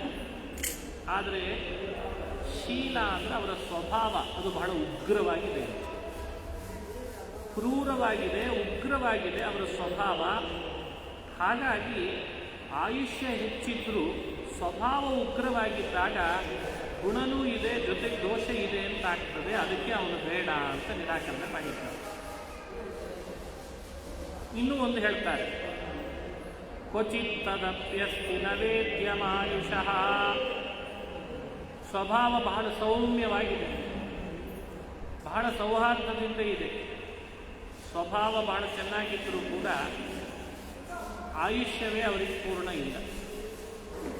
ಆಯುಷ್ಯ ಇದ್ದವರಿಗೆ ಸ್ವಭಾವ ಕ್ರೂರವಾಗಿದೆ, ಸ್ವಭಾವ ಬಹಳ ಸೌಮ್ಯವಿದ್ದವರಿಗೆ ಆಯುಷ್ಯ ಇಲ್ಲ. ಉದಾಹರಣೆಗೆ ಅಲ್ಪಾಯುಷ್ಯರಾದಂತಹ ರಾಜರನ್ನು ನೋಡ್ಬೋದು. ಅಥವಾ ಒಂದು ಕಥೆ ಹೇಳ್ತಾರೆ, ಹಿಂದೆ ಒಬ್ಬ ರಾಜ ಇದ್ದ, ರೈವತ ಅಂತ. ಆ ರೈವತ ರಾಜನಿಗೆ ಒಬ್ಬಳು ಮಗಳಿದ್ದು, ರೇವತಿ. ಅವಳಿಗೆ ವರನನ್ನು ಹುಡುಕಬೇಕು ಅಂತ ಹೊರಟ ರಾಜ. ಇಲ್ಲೇ ಯಾವುದಾದ್ರೂ ಭೂಮಿಯಲ್ಲಿ ಇದ್ದದ್ದನ್ನು ಹುಡುಕಬೇಕೋ ಬೇಡ, ಅದನ್ನು ಬಿಟ್ಟ. ವರನನ್ನು ಹುಡುಕಲಿಕ್ಕೆ ಅಂತ ಬ್ರಹ್ಮದೇವರನ್ನು ಕೇಳೋಣ ಅಂತ ಹೊರಟು ಬಿಟ್ಟ. ಆಗಿನ ಕಾಲದ ರಾಜರಿಗೆ ಕೆಲವರಿಗೆ ಈ ಶಕ್ತಿನೂ ಇರ್ತಿತ್ತು. ದೇವಲೋಕಕ್ಕೆ ಹೋಗಿ ದೇವತೆಗಳನ್ನು ಮಾತಾಡಿಸ್ಕೊಂಡು ಬರುವ ಶಕ್ತಿ. ಸರಿ, ಇಂಥ ದೇವಲೋಕಕ್ಕೆ ಹೋದ, ಬ್ರಹ್ಮಲೋಕಕ್ಕೆ ಹೋದಾಗ ಆ ಸಂದರ್ಭದಲ್ಲಿ ಒಂದು ದೇವಸಭೆ ನಡೀತಾ ಇತ್ತು. ಗಂಧರ್ವರು ಗಾನ ಮಾಡ್ತಾ ಇದ್ದದ್ದನ್ನು ಕಿವಿಗೆ ಬಿತ್ತು ಅಂತ ಕೇಳಿಸ್ಕೊಂಡ. ಅದು ಅವನಿಗೆ ಮನಸ್ಸೆಳಿತು, ಆಕರ್ಷಣೆ ಆಯಿತು. ಎಂಥ ಒಳ್ಳೆ ಗಾನ ಮಾಡ್ತಿದ್ದಾರಲ್ಲ ಇಲ್ಲಿ ಅಂತ ಸ್ವಲ್ಪ ಹೊತ್ತು ಕೂತಿದ್ದಾನಷ್ಟೆ, ಭಾಳ ಹೊತ್ತಲ್ಲ, ಸ್ವಲ್ಪ ಹೊತ್ತು ಕೂತಿದ್ದಾನೆ. ಬ್ರಹ್ಮದೇವರು ಬಂದರು. ಅಲ್ಲೋ, ನೀನು ಯಾಕೆ ಇಲ್ಲಿ ಬಂದಿದ್ದಿ ಅಂತ ಕೇಳಿದ್ರು. ಅದೇ ನನ್ನ ಮಗಳಿಗೆ ವರ ನೋಡೋಣ ಅಂತ ಬಂದಿದ್ದೆ, ಇವಳೇ ನನ್ನ ಮಗಳು ಅಂತ ರೇವತಿಯನ್ನು ತೋರಿಸಿದ. ದೇವಲೋಕದಲ್ಲಿ ಸಂಗೀತ ಕೇಳ್ತಾ ಕೂತದ್ದಕ್ಕೆ ಬ್ರಹ್ಮದೇವರು ತೋರಿಸಿ ಹೇಳ್ತಾರೆ ಕೆಳಗಡೆಯಲ್ಲಿ, ನೋಡಿ ಕೆಳಗಡೆ ಯುಗ ಉರುಳು ಹೋಗಿದೆ ಅಂತಂದ್ರೆ. ಒಂದಲ್ಲ ಎರಡಲ್ಲ, ಎಷ್ಟೋ ಯುಗ ಉರುಳಿ ಹೋಗಿಬಿಟ್ಟಿತ್ತಂತ. ಈ ಚರಿತ್ರೆಯನ್ನು ಹೇಳ್ತಾರೆ, ಅಲ್ಪಾಯುಷ್ವಮೇವ ನೂನಂ ರೈವತೋ ರಾಜ ಸ್ವಪುತ್ರ್ಯಾ ವರಾನ್ ಮನಸಾ ಸಂಭಾವ್ಯ ಬ್ರಹ್ಮಾಣಂ ಪ್ರಷ್ಟುಕಾಮ ಸತ್ಯಲೋಕಂ ಗತಃ ತಂ ಪೃಷ್ಟ್ವಾ ಯದಾ ಭುವನಮಾಗತಃ ತನ್ಮಧ್ಯೆ ಏವ ವಿವರ್ತಿತಾಃ ಸರ್ವೇ ರಾಜಪ್ರವರಾಃ ಪರಲೋಕಂ ಗತಾಃ. ಅವನಿದ್ದದ್ದು ಯಾವಾಗ ಬ್ರಹ್ಮದೇವರನ್ನು ಕೇಳಿ ವಾಪಸ್ ಬರೋ ಅಷ್ಟರಲ್ಲಿ ಎಷ್ಟೋ ರಾಜರ ತಲೆಮಾರೆ ಉರುಳು ಹೋಗಿ, ಯುಗಗಳೇ ಕಳೆದು ಹೋಗಿ, ಯಾರೂ ಇಲ್ಲ, ಹೊಸದ್ದೇ ಬಂದುಬಿಟ್ಟಿತ್ತಂತೆ. ಈ ಚರಿತ್ರೆಯು ಪುರಾಣದಲ್ಲಿ ಹೇಳಿದ್ದು ಯಾಕೆ? ಬೇರೆ ಏನು ಉದ್ದೇಶ ಅಲ್ಲ. ಇದನ್ನು ಹೇಳಿ ಜಗತ್ತಿಗೆ ತೋರಿಸೋದೇನು ಅಂದರೆ, ಆಯುಷ್ಯ ಎಲ್ಲರಿಗೂ ಕೂಡ ಗಟ್ಟಿ ಇರ್ತದೆ ಅಂತಿಲ್ಲ. ಹಾಗಾಗಿ ಬಹುಕಾಲ ಆಯುಷ್ಯವನ್ನು ಯಾರಾದರೂ ಪಡೆಯೋದು ಅಂತ ಸುಲಭ ಅಲ್ಲ. ಇದನ್ನು ವಿವರಣೆ ಮಾಡಿದೆ. ಹೀಗಾಗಿ ಆ ಆ ರೈವತ ರಾಜನ ಕಥೆಯಿಂದ ಪರಲೋಕಕ್ಕೆ ಹೋದದ್ರದ್ದು ವಿವರಣೆಯನ್ನು ಕೊಟ್ಟರು. ಹಾಗೆ ಮುಚುಕುಂದ ಅಂತ ಒಬ್ಬ ರಾಜ ಇದ್ದ. ಅವನೊಮ್ಮೆ ದೇವತೆಗಳ ಪಕ್ಷ ವಹಿಸಿ ಅಸುರರ ವಿರುದ್ಧ ಯುದ್ಧ ಮಾಡಿದ. ದೇವತೆಗಳಿಗೆಲ್ಲ ಗೆಲುವು ತಂದು ಕೊಟ್ಟ. ದೇವತೆಗಳು ಕೇಳಿದ್ರು, ನಿಮಗೆ ವರ ಏನು ಕೊಡೋಣ ಮುಚುಕುಂದ, ನಮಗೆ ಗೆಲುವು ತಂದು ಕೊಟ್ಟಿಯಲ್ಲ. ಅವನಿಗೆ ಆಯಾಸ ಬಹಳ ಆಗಿತ್ತು. ಯುದ್ಧ ಮಾಡಿದಾಗ ಆಯಾಸ ಹೆಚ್ಚಾಗ್ತದಲ್ಲ, ಯುದ್ಧ ಮಾಡಿ ಮಾಡಿ ಜಾಸ್ತಿ ಸ್ಟ್ರೆಸ್ ಆಗ್ತದೆ. ಈಗೆಲ್ಲ ಕಂಪ್ಯೂಟರ್ ಯೂಸ್ ಮಾಡಿ ಮಾಡಿ ಸ್ಟ್ರೆಸ್ ಜಾಸ್ತಿ ಆಗ್ತದೆ. ಹಾಗೆ ಆಯಾಸ ಜಾಸ್ತಿ ಆಯಿತು. ವರ ಕೇಳುವಂಥದ್ದಕ್ಕೆ ನಿದ್ರೆ ಕೇಳಿದ್ರು. ನಿದ್ರೆ ಮಾಡಲಿಕ್ಕೆ ವರ ಕೇಳಿದ್ರು. ಪುರಾಣಕ್ಕೆ ಕೂತ್ರೆ ಬರ್ತದೆ ಅಂತ ಹೇಳ್ತಿದ್ರೆ ಏನ, ಈಗಿನ ಕಾಲದವ್ರನ್ನ ನೋಡಿದ್ರೆ ನಿದ್ರೆಯನ್ನು ವರವಾಗಿ ಕೇಳ್ಕೊಂಡ. ಸರಿ ಆಯ್ತಪ್ಪ, ನಿನಗೆ ನಿದ್ರೆ ಕೊಡ್ತೇವೆ ಅಂತ ಅವರು ವರ ಕೊಟ್ಟರು ಅಂತ ಪ್ರಸಂಗ ಬರ್ತದೆ. ಇನ್ನೂ ವಿಚಿತ್ರ ಅಂದ್ರೆ ಅವನ ಕಥೆ ಒಳಗೆ ದೇವಲೋಕದ ದೇವತೆಗಳ ಪಕ್ಷ ವಹಿಸಿ ಯುದ್ಧ ಮಾಡಿ ಅವನೇನು ಮನೆಗೆ ಬಂದಲ್ಲ, ಆ ಮನೆಗೆ ಬರೋ ಅಷ್ಟರಲ್ಲಿ ಕಾಲ ಕಳೆದು ಹೋಗಿದ್ದಕ್ಕೆ ಹೆಂಡತಿ ಮಕ್ಕಳು ಬಂಧುಗಳು ಯಾರ್ಯಾರು ಉಳಿದಿರಲಿಲ್ಲಂತ ಅವನ ಮನೆ ಒಳಗೆ. ದಾರ ಅಪತ್ಯ ಅಮಾತ್ಯಾದೀನ್ ಲೋಕಾಂತರ್ಗತಾನ್ ವೀಕ್ಷ್ಯ. ಹಾಗಾಗಿ ದೇವತೆಗಳನ್ನು ಕರೆಸಿದ ಆತ. ದೇವತೆಗಳೇ, ನಾನೇನೋ ನಿಮ್ಮ ಪರವಾಗಿ ನಿಂತುಕೊಂಡು ಯುದ್ಧ ಮಾಡಿದೆ, ವಾಪಸ್ ಬರೋಷ್ಟರಲ್ಲಿ ನನ್ನ ಮಕ್ಕಳು, ಹೆಂಡತಿ, ಮಂತ್ರಿ, ಸೈನಿಕರು ಯಾರ್ಯಾರು ಉಳಿದಿಲ್ಲ, ಎಲ್ಲ ಪರಲೋಕಕ್ಕೆ ಹೋಗ್ಬಿಟ್ಟಿದ್ದಾರೆ.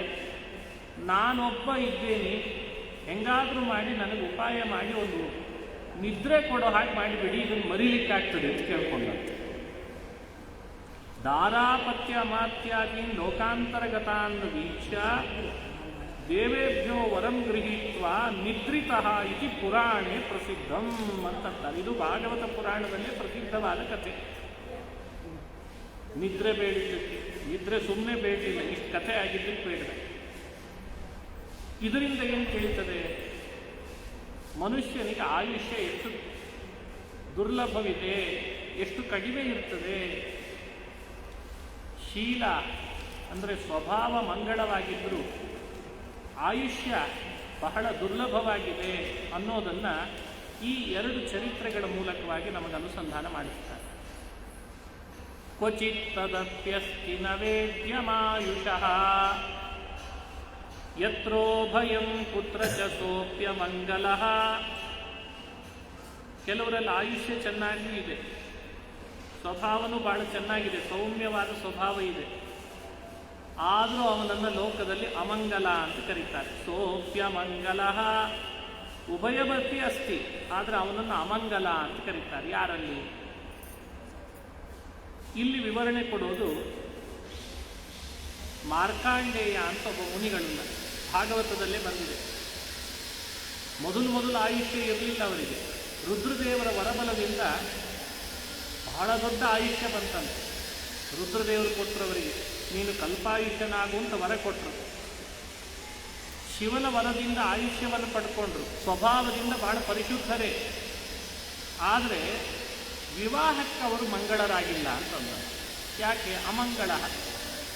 ಇಲ್ಲಿ ಅಮಂಗಲ ಅಂದರೆ ಋಷಿ ಆದ್ದರಿಂದ ಗಡ್ಡ ಬಿಟ್ಟಿರ್ತಾನೆ, ಜಟಾಜೂಟಗಳನ್ನು ಬಿಟ್ಟಿರ್ತಾನೆ, ಅಂಥವನನ್ನು ವರ ಅಂತ ತಗೊಳ್ಳಿಕ್ಕಾಗ್ತದ? ಆದ್ದರಿಂದ ಅಮಂಗಲ ಅಂತ ವ್ಯಾಖ್ಯಾನ ಮಾಡ್ತಾರೆ. ಜಟಿಲತ್ವಾದಿನ ಸೋಹಿ ನ ಮನೋಜ್ಞ ಇತಿ ಅಮಂಗಲ ಅಂತ ವಿವರಣೆ ಮಾಡ್ತಾರೆ. ವಿವಾಹ ಅಂತ ಮಾಡಿಕೊಳ್ಳುವಾಗಲೂ ಜಟಾಜೂಟಗಳನ್ನು ಬಿಟ್ಟುಕೊಂಡ್ರೆ ಏನು ವಿವಾಹ ಮಾಡಿಕೊಳ್ಳಿಲ್ಲ. ಆ ಕಾರಣದಿಂದ ಅವನನ್ನು ಅಮಂಗಲ. ಸುಮಂಗಲ ಕಶ್ಚನ ಕಾಂಕ್ಷತೆ ಹಿಮಾಂ. ಆಯುಷ್ಯ ಇರಬೇಕು, ಸ್ವಭಾವದಿಂದ ಸೌಮ್ಯನಾಗಿರಬೇಕು ಮತ್ತು ಮಂಗಲನಾಗಿರಬೇಕು, ನೋಡಲಿಕ್ಕೆ ಮನೋಜ್ಞನಾಗಿರಬೇಕು. ಅಂಥವನು ಯಾರಾದರೂ ಇದ್ರೆ ವಿವರಣೆ ಮಾಡೋಣ ಅಂದರೆ ಇಂದ್ರ ಇದ್ದಾನೆ. ಸರಿ, ಇಂದ್ರನನ್ನು ವಿವಾಹ ಮಾಡಿಕೊಳ್ಬೋದೇನೋ ಅಂದರೆ ಇಂದ್ರನೂ ಕೂಡ ಸುಮಂಗಲ ಮಾಂ ಕಾಂಕ್ಷತೆ ಅಂತಂದನು. ಇಂದ್ರನಲ್ಲಿರುವ ದೋಷ ಏನು ಅಂದರೆ ಸತು ಮಾಂ ಕಾಂಕ್ಷತೆ ಆಕಾಂಕ್ಷಾ ಲಕ್ಷಣ ದೋಷವಾನ್. ಅವನಿಗೆ ನಾನು ಬೇಕಾಗಿದ್ದೇನೆ ಅಂದರೆ ನನ್ನ ಸಂಪತ್ತಿನ ಬಗ್ಗೆ ಕಣ್ಣು ಬಹಳ ಇದೆ ಅವನಿಗೆ ಅಂತ ಅರ್ಥ. ಅವನು ಕೂಡ ಛದ್ಮವೇಷದಿಂದ ಗೌತಮರ ಪತ್ನಿ ಅಹಲ್ಯೆಯನ್ನು ಭೋಗಿಸಿದ್ರ ಕಥೆ ರಾಮಾಯಣದಲ್ಲಿ ಪ್ರಸಿದ್ಧ. ಛದ್ಮನ ಗೌತಮ ದಯಿತಾಂ ಕಾಮಯಾಮಾಸ ಇತಿ ಪ್ರಸಿದ್ಧಂ. ಅವನಿಗೆ ಆಕಾಂಕ್ಷೆ ಜಾಸ್ತಿ. ಎಂಥೆಂಥ ಅಪ್ಸರೆಯರಿದ್ದರೂ ಕೂಡ ಮತ್ತೊಬ್ಬ ಸ್ತ್ರೀಯನ್ನು ನೋಡಿದಾಗ ಆಕಾಂಕ್ಷೆ ಪಡ್ತಾನಂತ. ಈ ಆಕಾಂಕ್ಷ ಅನ್ನೋದು ಒಂದು ದೋಷವೇ. ಹಾಗಾಗಿ ಅಲ್ಲವೇ ಅಹಲ್ಯೆಯನ್ನು ಆತ ಭೋಗಿಸಿದ್ದು. ನನ್ನ ಬಗ್ಗೆಯೂ ಆ ಆಕಾಂಕ್ಷ ಅವನಿಗಿದ್ದದ್ದೇ ಒಂದು ದೋಷ ಅಂತ ಅನ್ನೋದು.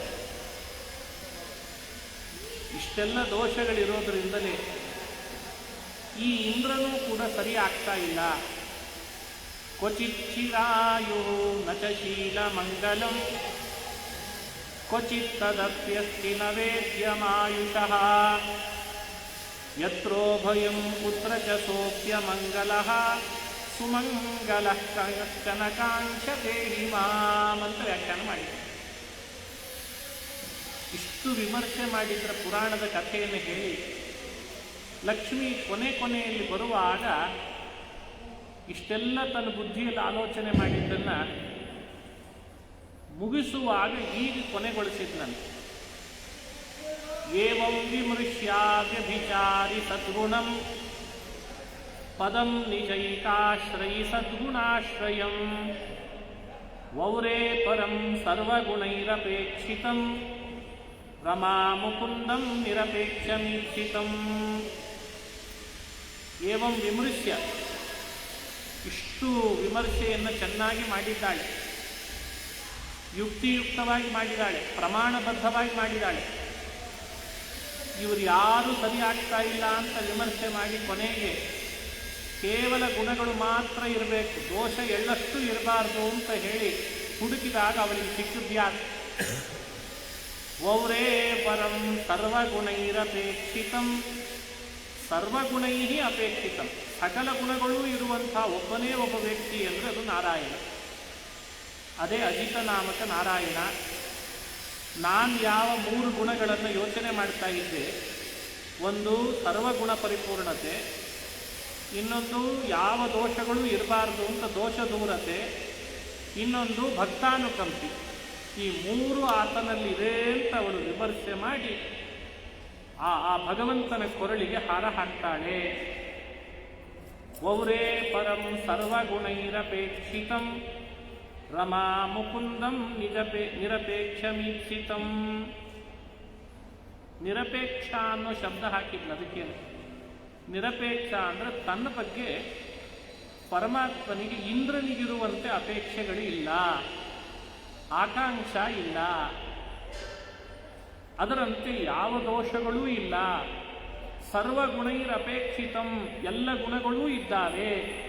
ಈ ಎರಡನ್ನೂ ಪ್ರತ್ಯಕ್ಷವಾಗಿ ಮನಗಂಡು ಉಳಿದವರಲ್ಲಿ ದೋಷ ಇದೆ, ಜೊತೆಗೆ ಗುಣಗಳಿವೆ ಅಂತನ್ನೋದನ್ನು ಮನಗಂಡು ಯುಕ್ತಿ ವಿಚಾರ ಮಾಡಿ ತಾನು ಭಗವಂತನ ಕೊರಳಿಗೆ ಹಾರ ಹಾಕಿದ್ದು ಅಂತ. ಈ ಹಾರ ಹಾಕಿದ್ದು ಉದ್ದೇಶ ಜಗತ್ತಿಗೆಲ್ಲ ಮುಮುಕ್ಷುಗಳಿಗೆ, ಸಜ್ಜನರಿಗೆ ಇವನು ಗುಣಪೂರ್ಣ ದೋಷ ದೂರ ಅಂತ ತಿಳಿಲಿ ಅಂತ ತಿಳಿಸ್ಲಿಕ್ಕೆ ಮಾಡಿದ್ದಂತೆ. 3ನೇದ್ದೊಂದಿದೆ, ಭಕ್ತಾನುಕಂಪಿಯಾಗಿದ್ದಾನೆ. 3ನೇದ್ದು ಪರಮಾತ್ಮನಲ್ಲಿದೆ ಅಂತನ್ನೋದಕ್ಕೆ ಮುಕುಂದಂ ಅಂತ ಹಾಕಿದ್ರಂತೆ ಪದವನ್ನು. ಮುಕುಂದ ಅಂದರೆ ಮೋಕ್ಷ ಕೊಡುವವ. ಲೋಕದಲ್ಲಿ ಮೋಕ್ಷ ಕೊಡೋದು ಅನ್ನೋದು ದೇವರಿಗೆ ಬಿಟ್ಟು ಮತ್ತೊಬ್ಬರಿಗಿಲ್ಲ. ಇದು ಪುರಾಣದಿಂದ, ವೇದದಿಂದ, ಬ್ರಹ್ಮಸೂತ್ರದಿಂದ ಸಿದ್ಧವಾದಂತಹ ತತ್ವ. ಮುಕ್ತೋಪಸೃಪ್ಯ ವ್ಯಪದೇಶಾತ್ ಓಂ ತಮೇವಂ ವಿದಿತ್ವಾತಿ ಮೃತ್ಯುಮೇತಿ ನಾನ್ಯಃ ಪಂಥಾಯನಾಯ ವಿದ್ಯತೆ. ಈ ವೇದ ಮಾತು. ಈ ವೇದಗಳು ಸ್ಪಷ್ಟವಾಗಿ ಹೇಳ್ತಾರೆ, ಮಹಾಪುರುಷಾರ್ಥ ಅಂತನಿಸಿದ ಮೋಕ್ಷವನ್ನು ಕೊಡುವನು ನಾರಾಯಣನೇ. ಅಂಥ ಮೋಕ್ಷವನ್ನು ಕೊಡ್ತಾನಾದ್ರಿಂದಲೇ ಅವನಲ್ಲಿ ಭಕ್ತಾನುಕಂಪಿತೆ ಇದೆ ಅನ್ನೋದನ್ನು ಮನಗಂಡಿದ್ದಾಳೆ. ಸರ್ವಗುಣಪೂರ್ಣತೆಯನ್ನು ದೋಷ ದೂರತೆಯನ್ನು, ಭಕ್ತಾನುಕಂಪಿತೆಯನ್ನು ಪ್ರತ್ಯಕ್ಷವಾಗಿ ಮನಗಂಡದ್ದು ಈ ಪ್ರಸಂಗದಲ್ಲಿ ಅಂತ ವ್ಯಾಖ್ಯಾನ ಮಾಡಿದ್ದಾರೆ. ಇದರಲ್ಲಿ ಮೂರನೇದಾದ ಭಕ್ತಾನುಕಂಪಿಕೆಯ ಬಗ್ಗೆ ತಾನು ವಿವಾಹ ಮಾಡಿಕೊಂಡ ಕೂಡಲೇ ಭಗವಂತ ಅವಳಿಗೆ ಪ್ರಕಟ ಮಾಡಿ ತೋರಿಸಿದ್ದಂತೆ ದೇವರು ಎಷ್ಟು ಭಕ್ತಾನುಕಂಪಿ ಅಂತ ಅನ್ನೋದನ್ನು. ಲಕ್ಷ್ಮಿ ದೇವರ ಕೊರಳಿಗೆ ಮಾಲೆ ಹಾಕಿದ್ಲಂತೆ. ಮಾಲೆ ಹಾಕಿದ ಕೂಡಲೇ ಪರಮಾತ್ಮ ಹೇಳ್ತಾನೆ, ಲಕ್ಷ್ಮೀ ನೀನು ನನ್ನ ಹೃದಯದಲ್ಲಿ ಬಂದು ವಾಸ ಮಾಡು, ನನ್ನ ವಕ್ಷಸ್ಥಳದಲ್ಲಿ ಬಂದು ವಾಸ ಮಾಡು ಅಂತಂದ. ದೇವರು ನೋಡ್ರಿ, ವಿವಾಹ ಮಾಡಿಕೊಂಡು ಲಕ್ಷ್ಮೀದೇವಿಗೆ ತನ್ನ ಹೃದಯದಲ್ಲಿ ವಾಸ ಮಾಡು ಅಂತ ವಕ್ಷಸ್ಥಳವನ್ನು ಸ್ಥಾನವಾಗಿ ಕೊಟ್ಟ. ಯಾಕೆ ಕೊಟ್ಟ ಅನ್ನಲಿಕ್ಕೆ ಭಾಗವತ ಹೇಳ್ತದೆ, ಸ್ವಸ್ಯಾ ಸ್ತ್ರೀಯ ತ್ರಿಜಗತೋ ಜಗತೋ ಜನನ್ಯಾಃ ವಕ್ಷೋ ನಿವಾಸಮಕರೋತ್ ಪರಮಂ ವಿಭೂತೇಃ ಶ್ರೀ ಸ್ವಾಃ ಪ್ರಜಾಃ ಸಕರುಣೇನ ನಿರೀಕ್ಷಣೇನ ಯತ್ರ ಸ್ಥಿತೈಧಯತ ಸಾಧಿಪತಿ ಸ್ತ್ರೀಲೋಕಾನ್. ಶ್ಲೋಕ ಇಷ್ಟು. ಅರ್ಥ ಏನು?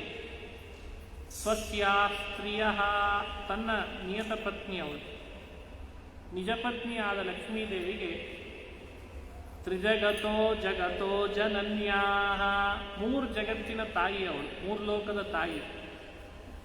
ಅವಳಿಗೆ ಹೇಳಿದ ವಕ್ಷೋ ನಿವಾಸಮಕರೋತ್ ಪರಮಂ ವಿಭೂತೇ. ವಿಭೂತಿ ಅಂದರೆ ಸಂಪತ್ತು, ಸಂಪತ್ತಿನ ದೇವತೆ ಅವಳಾದ್ದರಿಂದ ಅವಳಿಗೆ ಪರಮಂ ವಿಭೂತಿ ಅಂತ ಕರೀತಾರೆ. ಪರಮಂ ವಕ್ಷಃ ನಿವಾಸಮಕರೋತ್, ಅಲ್ಲಿಗಾದರೂ ಅನ್ವಯ. ಮಹಾವಿಭೂತಿ ಎನಿಸಿದ ಮಹಾಲಕ್ಷ್ಮಿಯನ್ನ ತನ್ನ ವಕ್ಷಸ್ಥಳದಲ್ಲಿ ಬಂದು ನೆಲೆಸು, ಇದೇ ನಿನ್ನ ಮನೆ ಅಂತ ಮನೆ ಮಾಡಿ ಕೊಟ್ಟಂತೆ. ವಿವಾಹ ಮಾಡಿಕೊಂಡ ಹೆಣ್ಣಿಗೆ ಮನೆ ಮಾಡಿ ಕೊಟ್ಟ ಪರಮಾತ್ಮ. ಕಾರಣ ಹೇಳ್ದ, ನಿನ್ನನ್ನು ವಿವಾಹ ಮಾಡಿಕೊಂಡ ಮೇಲೆ ನನ್ನ ಭಕ್ತರು ಸಿರಿವಂತರಾಗ್ತಾರೆ ಅಂತಂದಂತೆ. ಏನು ಸಂಬಂಧ? ನೀ ನನ್ನ ವಕ್ಷಸ್ಥಳದಲ್ಲಿ ಬಂದು ನೆಲೆಸಿದ ಮೇಲೆ ನನ್ನ ಬಳಿ ಭಕ್ತರು ಬಂದೇ ಬರ್ತಾರೆ, ಭಕ್ತರು ಬರ್ತಾರೆ. ನನ್ನ ಕರುಣಾ ದೃಷ್ಟಿ ಅವರ ಮೇಲೆ ನಾನು ಹರಿಸ್ತೇನೆ. ನನ್ನಂತೆ ನಿನ್ನ ಕರುಣಾ ದೃಷ್ಟಿಯು ಅವ್ರ ಮೇಲೆ ಹರಿತದೆ. ಲಕ್ಷ್ಮೀ ಕರುಣಾ ದೃಷ್ಟಿ ಹರಿತು ಅಂತಂದ್ರೆ ಶ್ರೀಮಂತರಾಗದೇ ಇರ್ತಾರ? ಎಷ್ಟು ಯೋಚನೆ ಮಾಡಿದ್ದಾನೆ ಭಗವಂತ ಭಕ್ತರ ಬಗ್ಗೆ ನೋಡಿ. ಸ್ವಸ್ಯಾ ಸ್ತ್ರೀಯ, ಈ ಶ್ಲೋಕದಲ್ಲಿ ಶ್ರೀ ಸ್ವಾಃ ಪ್ರಜಾ ಸಕರುಣೇನ ನಿರೀಕ್ಷಣೇನ. ಸ್ವಾಹ ಪ್ರಜಾ, ತನ್ನ ಭಕ್ತರನ್ನ ಸಕರುಣೇನ ನಿರೀಕ್ಷಣೇನ, ಕರುಣಾಪೂರಿತವಾಗಿ ಲಕ್ಷ್ಮೀದೇವಿ ತನ್ನ ದೃಷ್ಟಿಯನ್ನು ಹರಿಸೋಣದ್ರಿಂದ ಯತ್ರ ಸ್ಥಿತೈಧಯತ ಸಾಧಿಪತಿ ಸ್ತ್ರೀಲೋಕಾನ್, ಯಾವ ಸ್ಥಳದಲ್ಲಿದ್ದು ನನ್ನ ಭಕ್ತರನ್ನು ಎಲ್ಲ ರೀತಿಯಿಂದ ಅಭಿವೃದ್ಧಿ ಮಾಡ್ತಾಳೋ ಆ ಸ್ಥಳವನ್ನು ಅವಳಿಗೆ ಮನೆಯನ್ನಾಗಿ ಮಾಡಿ ಪರಮಾತ್ಮ ನೀಡಿದ. ಇದು ಪ್ರತ್ಯಕ್ಷವಾಗಿ ಪರಮಾತ್ಮ ಭಕ್ತಾನುಕಂಪಿ ಎನ್ಲಿಕ್ಕೆ ನಿದರ್ಶನ ಅಂತ. ಹೀಗೆ ಭಗವಂತ ಅವಳಿಗೆ ಸ್ಥಾನ ಕೊಟ್ಟದ್ರ ಉದ್ದೇಶ ತನ್ನ ಭಕ್ತರ ಏಳಿಗೆ ಆಗಲಿ ಅಂತನ್ನೋದನ್ನು ತೋರಿಸಿದ. ಸಕಲ ದೋಷ ದೂರ ತಾನು ಅಂತ ತೋರಿಸಿದ. ತನ್ನ ಭಕ್ತರ ಏಳಿಗೆ ವಿಷಯದಲ್ಲಿ ಲಕ್ಷ್ಮಿಗೆ ಜವಾಬ್ದಾರಿಯನ್ನು ನೀಡಿದ. ಇದು ಭಕ್ತಾನುಕಂಪಿತ್ವ ಅಲ್ವೇ? ಹೀಗೆ ಗುಣಪೂರ್ಣತ್ವ, ದೋಷ ದೂರತ್ವ, ಭಕ್ತಾನುಕಂಪಿತ್ವ, ಈ ಮೂರು ಧರ್ಮಗಳು ಅಂದಿನ ಲಕ್ಷ್ಮೀ ಸ್ವಯಂವರದ ಮೂಲಕ, ಲಕ್ಷ್ಮೀ ದೇವಿಯ ಮೂಲಕವೇ ಮುಮುಕ್ಷುಗಳಿಗೆ ಇದು ಉಪಾಸ್ಯವಾದ ಧರ್ಮ ಅಂತ ತಿಳಿಸಿದೆ. ನಾವು ಮುಮುಕ್ಷುಗಳಾದದ್ದರಿಂದ ಭಗವಂತನನ್ನು ನೋಡಿದಾಗೆಲ್ಲ ಇದು ನೆನಪು ಬರಬೇಕಂತ. ಭಕ್ತವತ್ಸಲ, ಭಕ್ತಾಪರಾಧ ಸಹಿಷ್ಣು, ಭಕ್ತಾಪರಾಧ ಸಹಿಷ್ಣು ನೀನು, ಭಕ್ತವತ್ಸಲ ನೀನು. ನಿನಗಿಂತ ಕರುಣಾಸಾಗರ ಯಾರು? ನಿನಗಿಂತ ಅಧಿಕನ್ಯಾರು? ನಿನಗಿಂತ ಉತ್ತಮರು ಯಾರು? ನಿನಗ್ಯಾರು ಸಮರೇ ಇಲ್ಲ ಅಂದಮೇಲೆ ನೀನೇ ಉತ್ತಮ ಅಲ್ಲವೇ? ಇದು ಲಕ್ಷ್ಮಿಯ ಮಾತಿನಿಂದ ತಿಳಿದದ್ದು. ಈ ರೀತಿ ನಾವು ಅದನ್ನು ಚಿಂತನೆ ಮಾಡಲಿ. ಲಕ್ಷ್ಮೀದೇವಿಯನ್ನು ತನ್ನ ಸೇವೆಗೋಸ್ಕರ ಅಂತ ನಿಯುಕ್ತಿಗೊಳಿಸಿದ್ದಂತೆ, ಅವಳಾಗಿ ಪ್ರಾರ್ಥನೆ ಮಾಡಿದ್ದಕ್ಕೆ. ಆ ಸೇವೆಗೋಸ್ಕರ ನಿಯುಕ್ತಿಗೊಳಿಸಿದ ಪ್ರಸಂಗವನ್ನು ಹೇಳ್ತಾರೆ. ಲಕ್ಷ್ಮಿ ತನ್ನ ವಕ್ಷಸ್ಥಳದಲ್ಲಿ ವಾಸ ಮಾಡಿದ ಮೇಲೆ ದೇವರಿಗೆ ಅದರಿಂದ ಪ್ರಯೋಜನ ಇದೆನಾ ಅಂತ ಒಂದು ಪ್ರಶ್ನೆ. ದೇವರಿಗೂ ಪ್ರಯೋಜನ ಇದೆ ಅಂತ ಆಗಿಬಿಟ್ರೆ ಲಕ್ಷ್ಮಿಯಿಂದ ಅವನು ಅಪರಿಪೂರ್ಣ ಅಂತ ಶಂಕೆಗೆ ಒಳಪಡ್ತಾನೆ. ಅವನಿಗೆ ಪ್ರಯೋಜನವಿಲ್ಲ ಅಂದರೆ ನಿಯುಕ್ತಿಗೊಳಿಸಿದ್ರ ಉದ್ದೇಶ ಏನು ಹಾಗಾದರೆ ಅಂತ ಪ್ರಶ್ನೆ. ಅದಕ್ಕೆ ಮುಂದಿನ ಮಾತಿನಲ್ಲಿ ಅದನ್ನು ಸ್ಪಷ್ಟೀಕರಿಸ್ತಾರೆ. ಅವನಿಗೆ ಪ್ರಯೋಜನ ಇದೆ ಅಂತ ಭಾವಿಸಬೇಡಿ, ಮುಮುಕ್ಷುಗಳಾದವರಿಗೆ ಅನರ್ಥ ಆಗ್ತದೆ. ದೇವರಿಗೇನು ಪ್ರಯೋಜನ? ಪೂರ್ಣ ಮದಃ ಪೂರ್ಣಮಿದಂ ಪೂರ್ಣಾತ್ ಪೂರ್ಣಮದುಚ್ಯತೆ. ಆತ ಪೂರ್ಣನಪ್ಪ. ಹಾಗಾದರೆ ನಿಯುಕ್ತಿಗೊಳಿಸಿದ್ರ ಉದ್ದೇಶ ಏನು? ಶ್ರಿಯಮನುಚರಯನ್ ಶ್ರಿಯಮನುಚರತೀಂ ತದರ್ಥಿನಶ್ಚ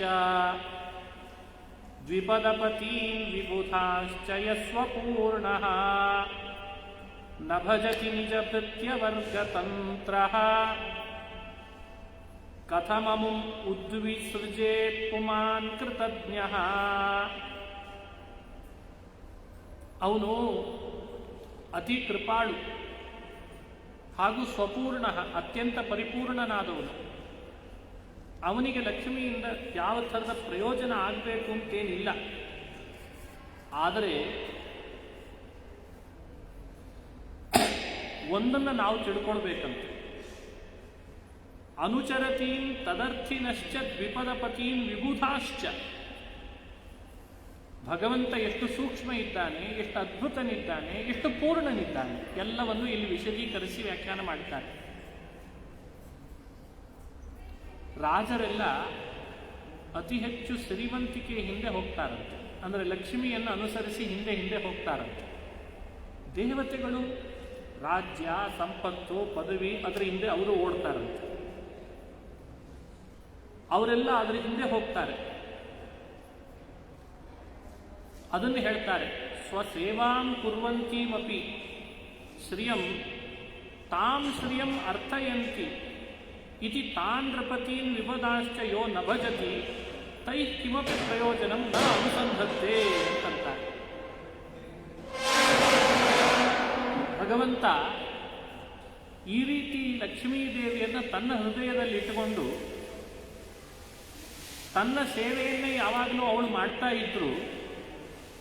ಈ ರಾಜರುಗಳೆಲ್ಲ ಇದ್ದಾರೆ, ದೇವತೆಗಳೆಲ್ಲ ಇದ್ದಾರಲ್ಲ, ಅವರು ಅವಳನ್ನೇ ಹಿಂಬಾಲಿಸ್ಕೊಂಡು ಹೋಗ್ತಾರೆ ಸಂಪತ್ತು ಬೇಕು ಅಂತ. ತಾನ್ ನೃಪತಿ ವಿಪದಾಶ್ಚ ಯೋ ನ ಭಜತಿ. ಅಂತಹ ಈ ರಾಜರನ್ನಾಗಲಿ ದೇವತೆಗಳನ್ನಾಗಲಿ ಯಾರು ಯಾವತ್ತೂ ಕೂಡ ಒಂದು ಕಡೆಗಣ್ಣಿನಲ್ಲೂ ನೋಡೋದಿಲ್ಲಂತೆ. ಅವ್ರು ಬೇಕು ನನಗೆ ಅಂತ ಅವಳನ್ನು.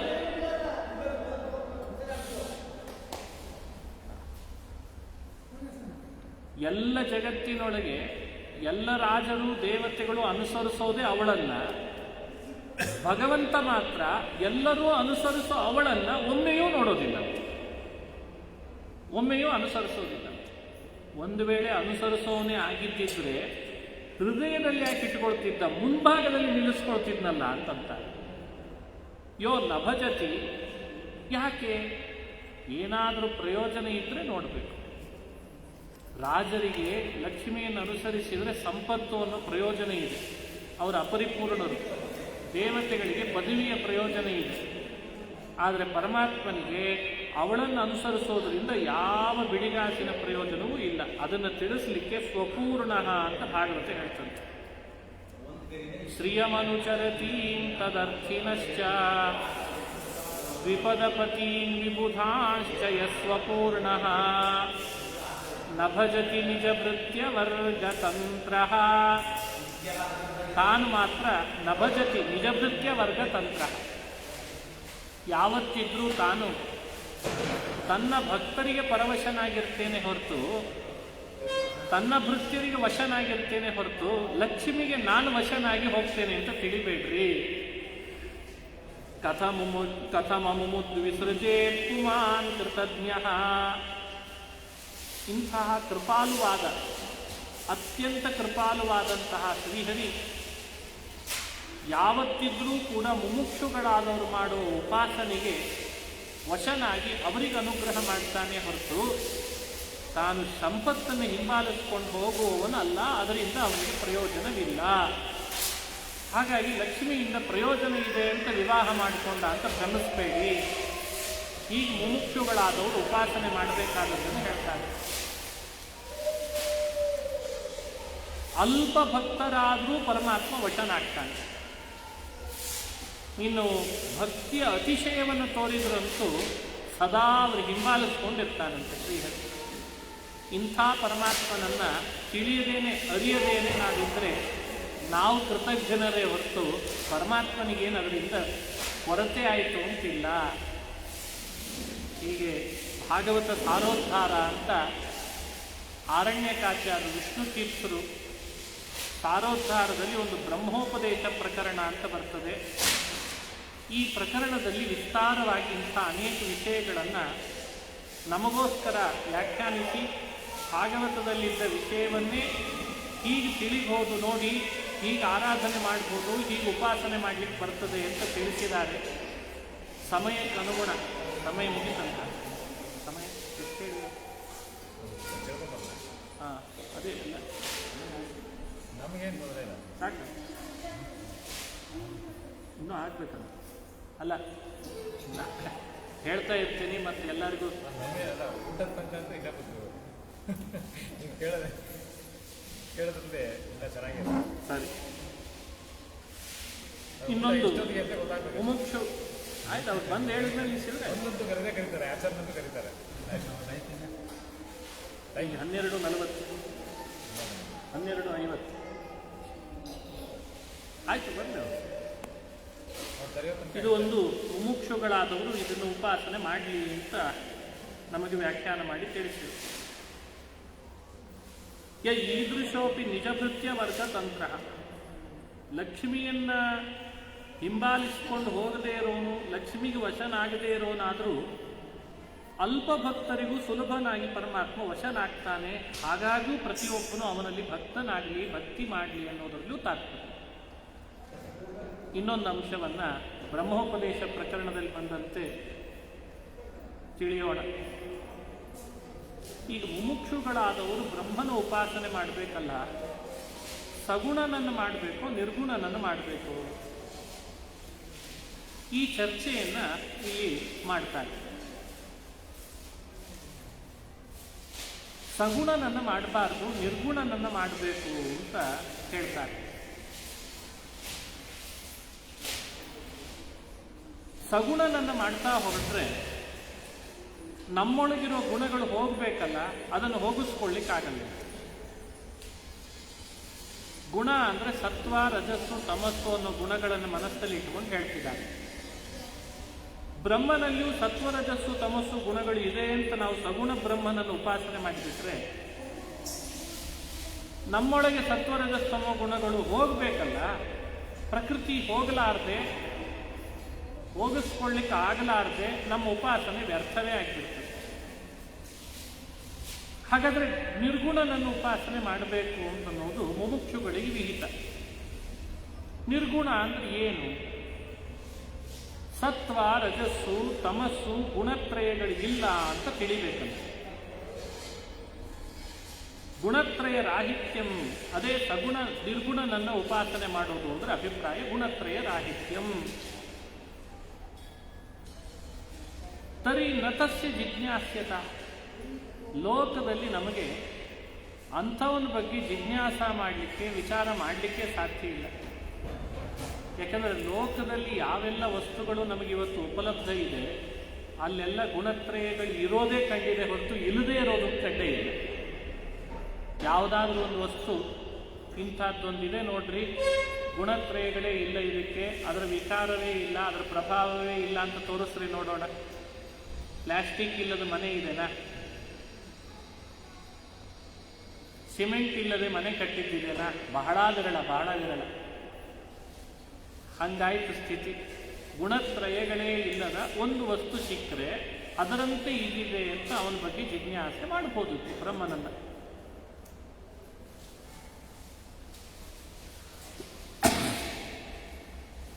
ಹಾಗಾಗಿ ನಿರ್ಗುಣೋಪಾಸನೆ ಅಂದರೆ ಗುಣತ್ರಯ ರಾಹಿತ್ಯ ಇರುವ ಪರಮಾತ್ಮನ ಉಪಾಸನೆ ಅಷ್ಟು ಸುಲಭ ಅಂತ ಆಗಲಿಲ್ಲ.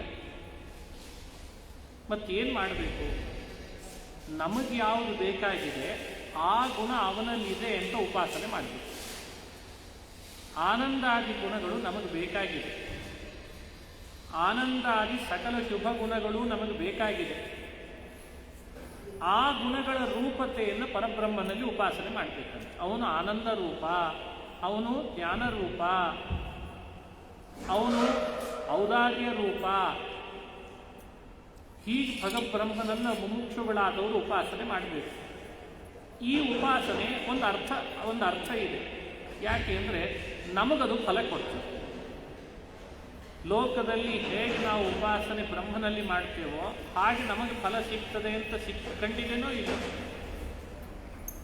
ಅದಕ್ಕೆ ಪ್ರತಿಯೊಬ್ಬ ಉಪಾಸಕ ಅವನಿಗೆ ಯೋಗ್ಯವಾದ ರೀತಿಯಲ್ಲಿ ಜ್ಞಾನಾನಂದಾದಿ ಗುಣಗಳನ್ನೇ ಅವನು ಉಪಾಸನೆ ಮಾಡಿ ಫಲ ಪಡೀಲಿಕ್ಕಾಗ್ತದೆ. ಈ ಸತ್ವ, ರಜಸ್ಸು, ತಮಸ್ಸು ಅನ್ನುವಂಥ ಗುಣಗಳಿದ್ದಾವಲ್ಲ, ಇವುಗಳನ್ನು ಪರಮಾತ್ಮನಲ್ಲಿದೆ ಅಂತ ಸರ್ವತಾ ನಾವು ತಿಳಿಬಾರ್ದು.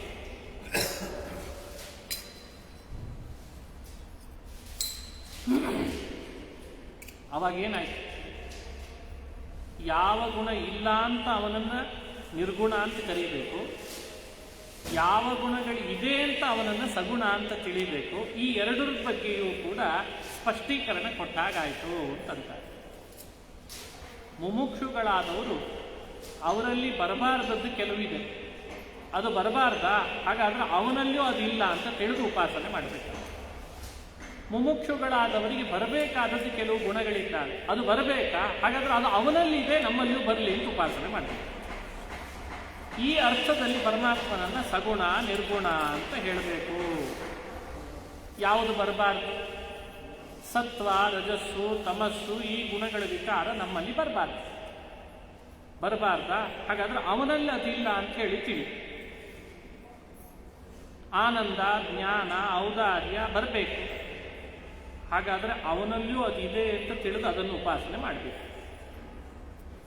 ಈ ಅರ್ಥದಲ್ಲಿ ನಿರ್ಗುಣನನ್ನ, ಈ ಅರ್ಥದಲ್ಲಿ ಗುಣಪೂರ್ಣನನ್ನ ಉಪಾಸನೆ ಮಾಡಲಿಕ್ಕೆ ಶಾಸ್ತ್ರಗಳು, ಪುರಾಣಗಳು ಹೇಳ್ತಾ ಬರ್ತಾರೆ. ಅಲ್ಲ, ಹೇಳಿದ ತಕ್ಷಣ ಬರ್ತಾರೆ. ಅಲ್ಲ, ಆಚಾರ್ಯನ ಕರೀತಾರೆ ಅಂತ ನಾವು ವೇಟ್ ಮಾಡ್ತಾ ಇದ್ದಾರೆ. ಇಂಥ ಪರಬ್ರಹ್ಮನನ್ನು ಜಿಜ್ಞಾಸೆ ಮಾಡಿ ಅಂತ ವ್ಯಾಖ್ಯಾನ ಮಾಡಿದ್ದಾರೆ. ಇದನ್ನೇ ಜಿಜ್ಞಾಸ್ಯತ್ವೇನ, ಉಪಾಸ್ಯತ್ವೇನ, ವಿಚಾರ್ಯತ್ವೇನ ಶಾಸ್ತ್ರಗಳು ಅನುಸಂಧಾನ ಮಾಡ್ತಾರೆ. ಭಾಗವತದಲ್ಲಿ ಬರುವ ಈ ಮಾತು, ರೂಪಂ ಯತ್ತತ್ ಪ್ರಾಹುರವ್ಯಕ್ತಮಾದ್ಯಂ ಬ್ರಹ್ಮಜ್ಯೋತಿ ನಿರ್ಗುಣಂ ನಿರ್ವಿಕಲ್ಪಂ ಅಥವಾ ನಿರ್ವಿಕಾರಂ ಸತ್ತಾ ಮಾತ್ರಂ ನಿರ್ವಿಶೇಷಂ ನಿರೀಹಂ ಸತ್ವಂ ಸಾಕ್ಷಾತ್ ವಿಷ್ಣುರಧ್ಯಾತ್ಮದೀಪಂ. ಇದು ಭಾಗವತದಲ್ಲಿ ಬರುವ 10ನೇ ಸ್ಕಂದದಲ್ಲಿ ಬರುವಂತಹ ಶ್ಲೋಕ. ಇಲ್ಲಿ ಹೇಳಿರುವಂತೆ ನಾವು ಪರಬ್ರಹ್ಮನನ್ನು ಉಪಾಸನೆ ಮಾಡ್ತಾ ಬರಬೇಕು ಮುಮುಕ್ಷುಗಳಾದವರು. ಅದರಿಂದ ಭಗವಂತನ ಅನುಗ್ರಹ ಆಗ್ತದೆ ಅಂತ ಇಷ್ಟು ತಿಳಿಸ್ತಾ, ಲಕ್ಷ್ಮೀ ನರಸಿಂಹನ ರಥೋತ್ಸವದ ಪರ್ವಕಾಲದಲ್ಲಿ ನಮ್ಮ ನಾಗರಾಜರಾಯರ ವಿಶೇಷ ಒತ್ತಾಯ, ನೃಸಿಂಹನ ಸನ್ನಿಧಾನದಲ್ಲಿ ಭಾಗವತ ನಡೀಲಿ, ಭಗವಂತನ ಕಥಾಶ್ರವಣ ಆಗಲಿ ಅಂತ. ಆಯಿತು, ಮತ್ತು ಭಾಗವತ ಹೇಳಲಿಕ್ಕೆ ಕರೆದ್ರೆ ಎಲ್ಲಿ ಬೇಡ ಅಂತ ಸರ್.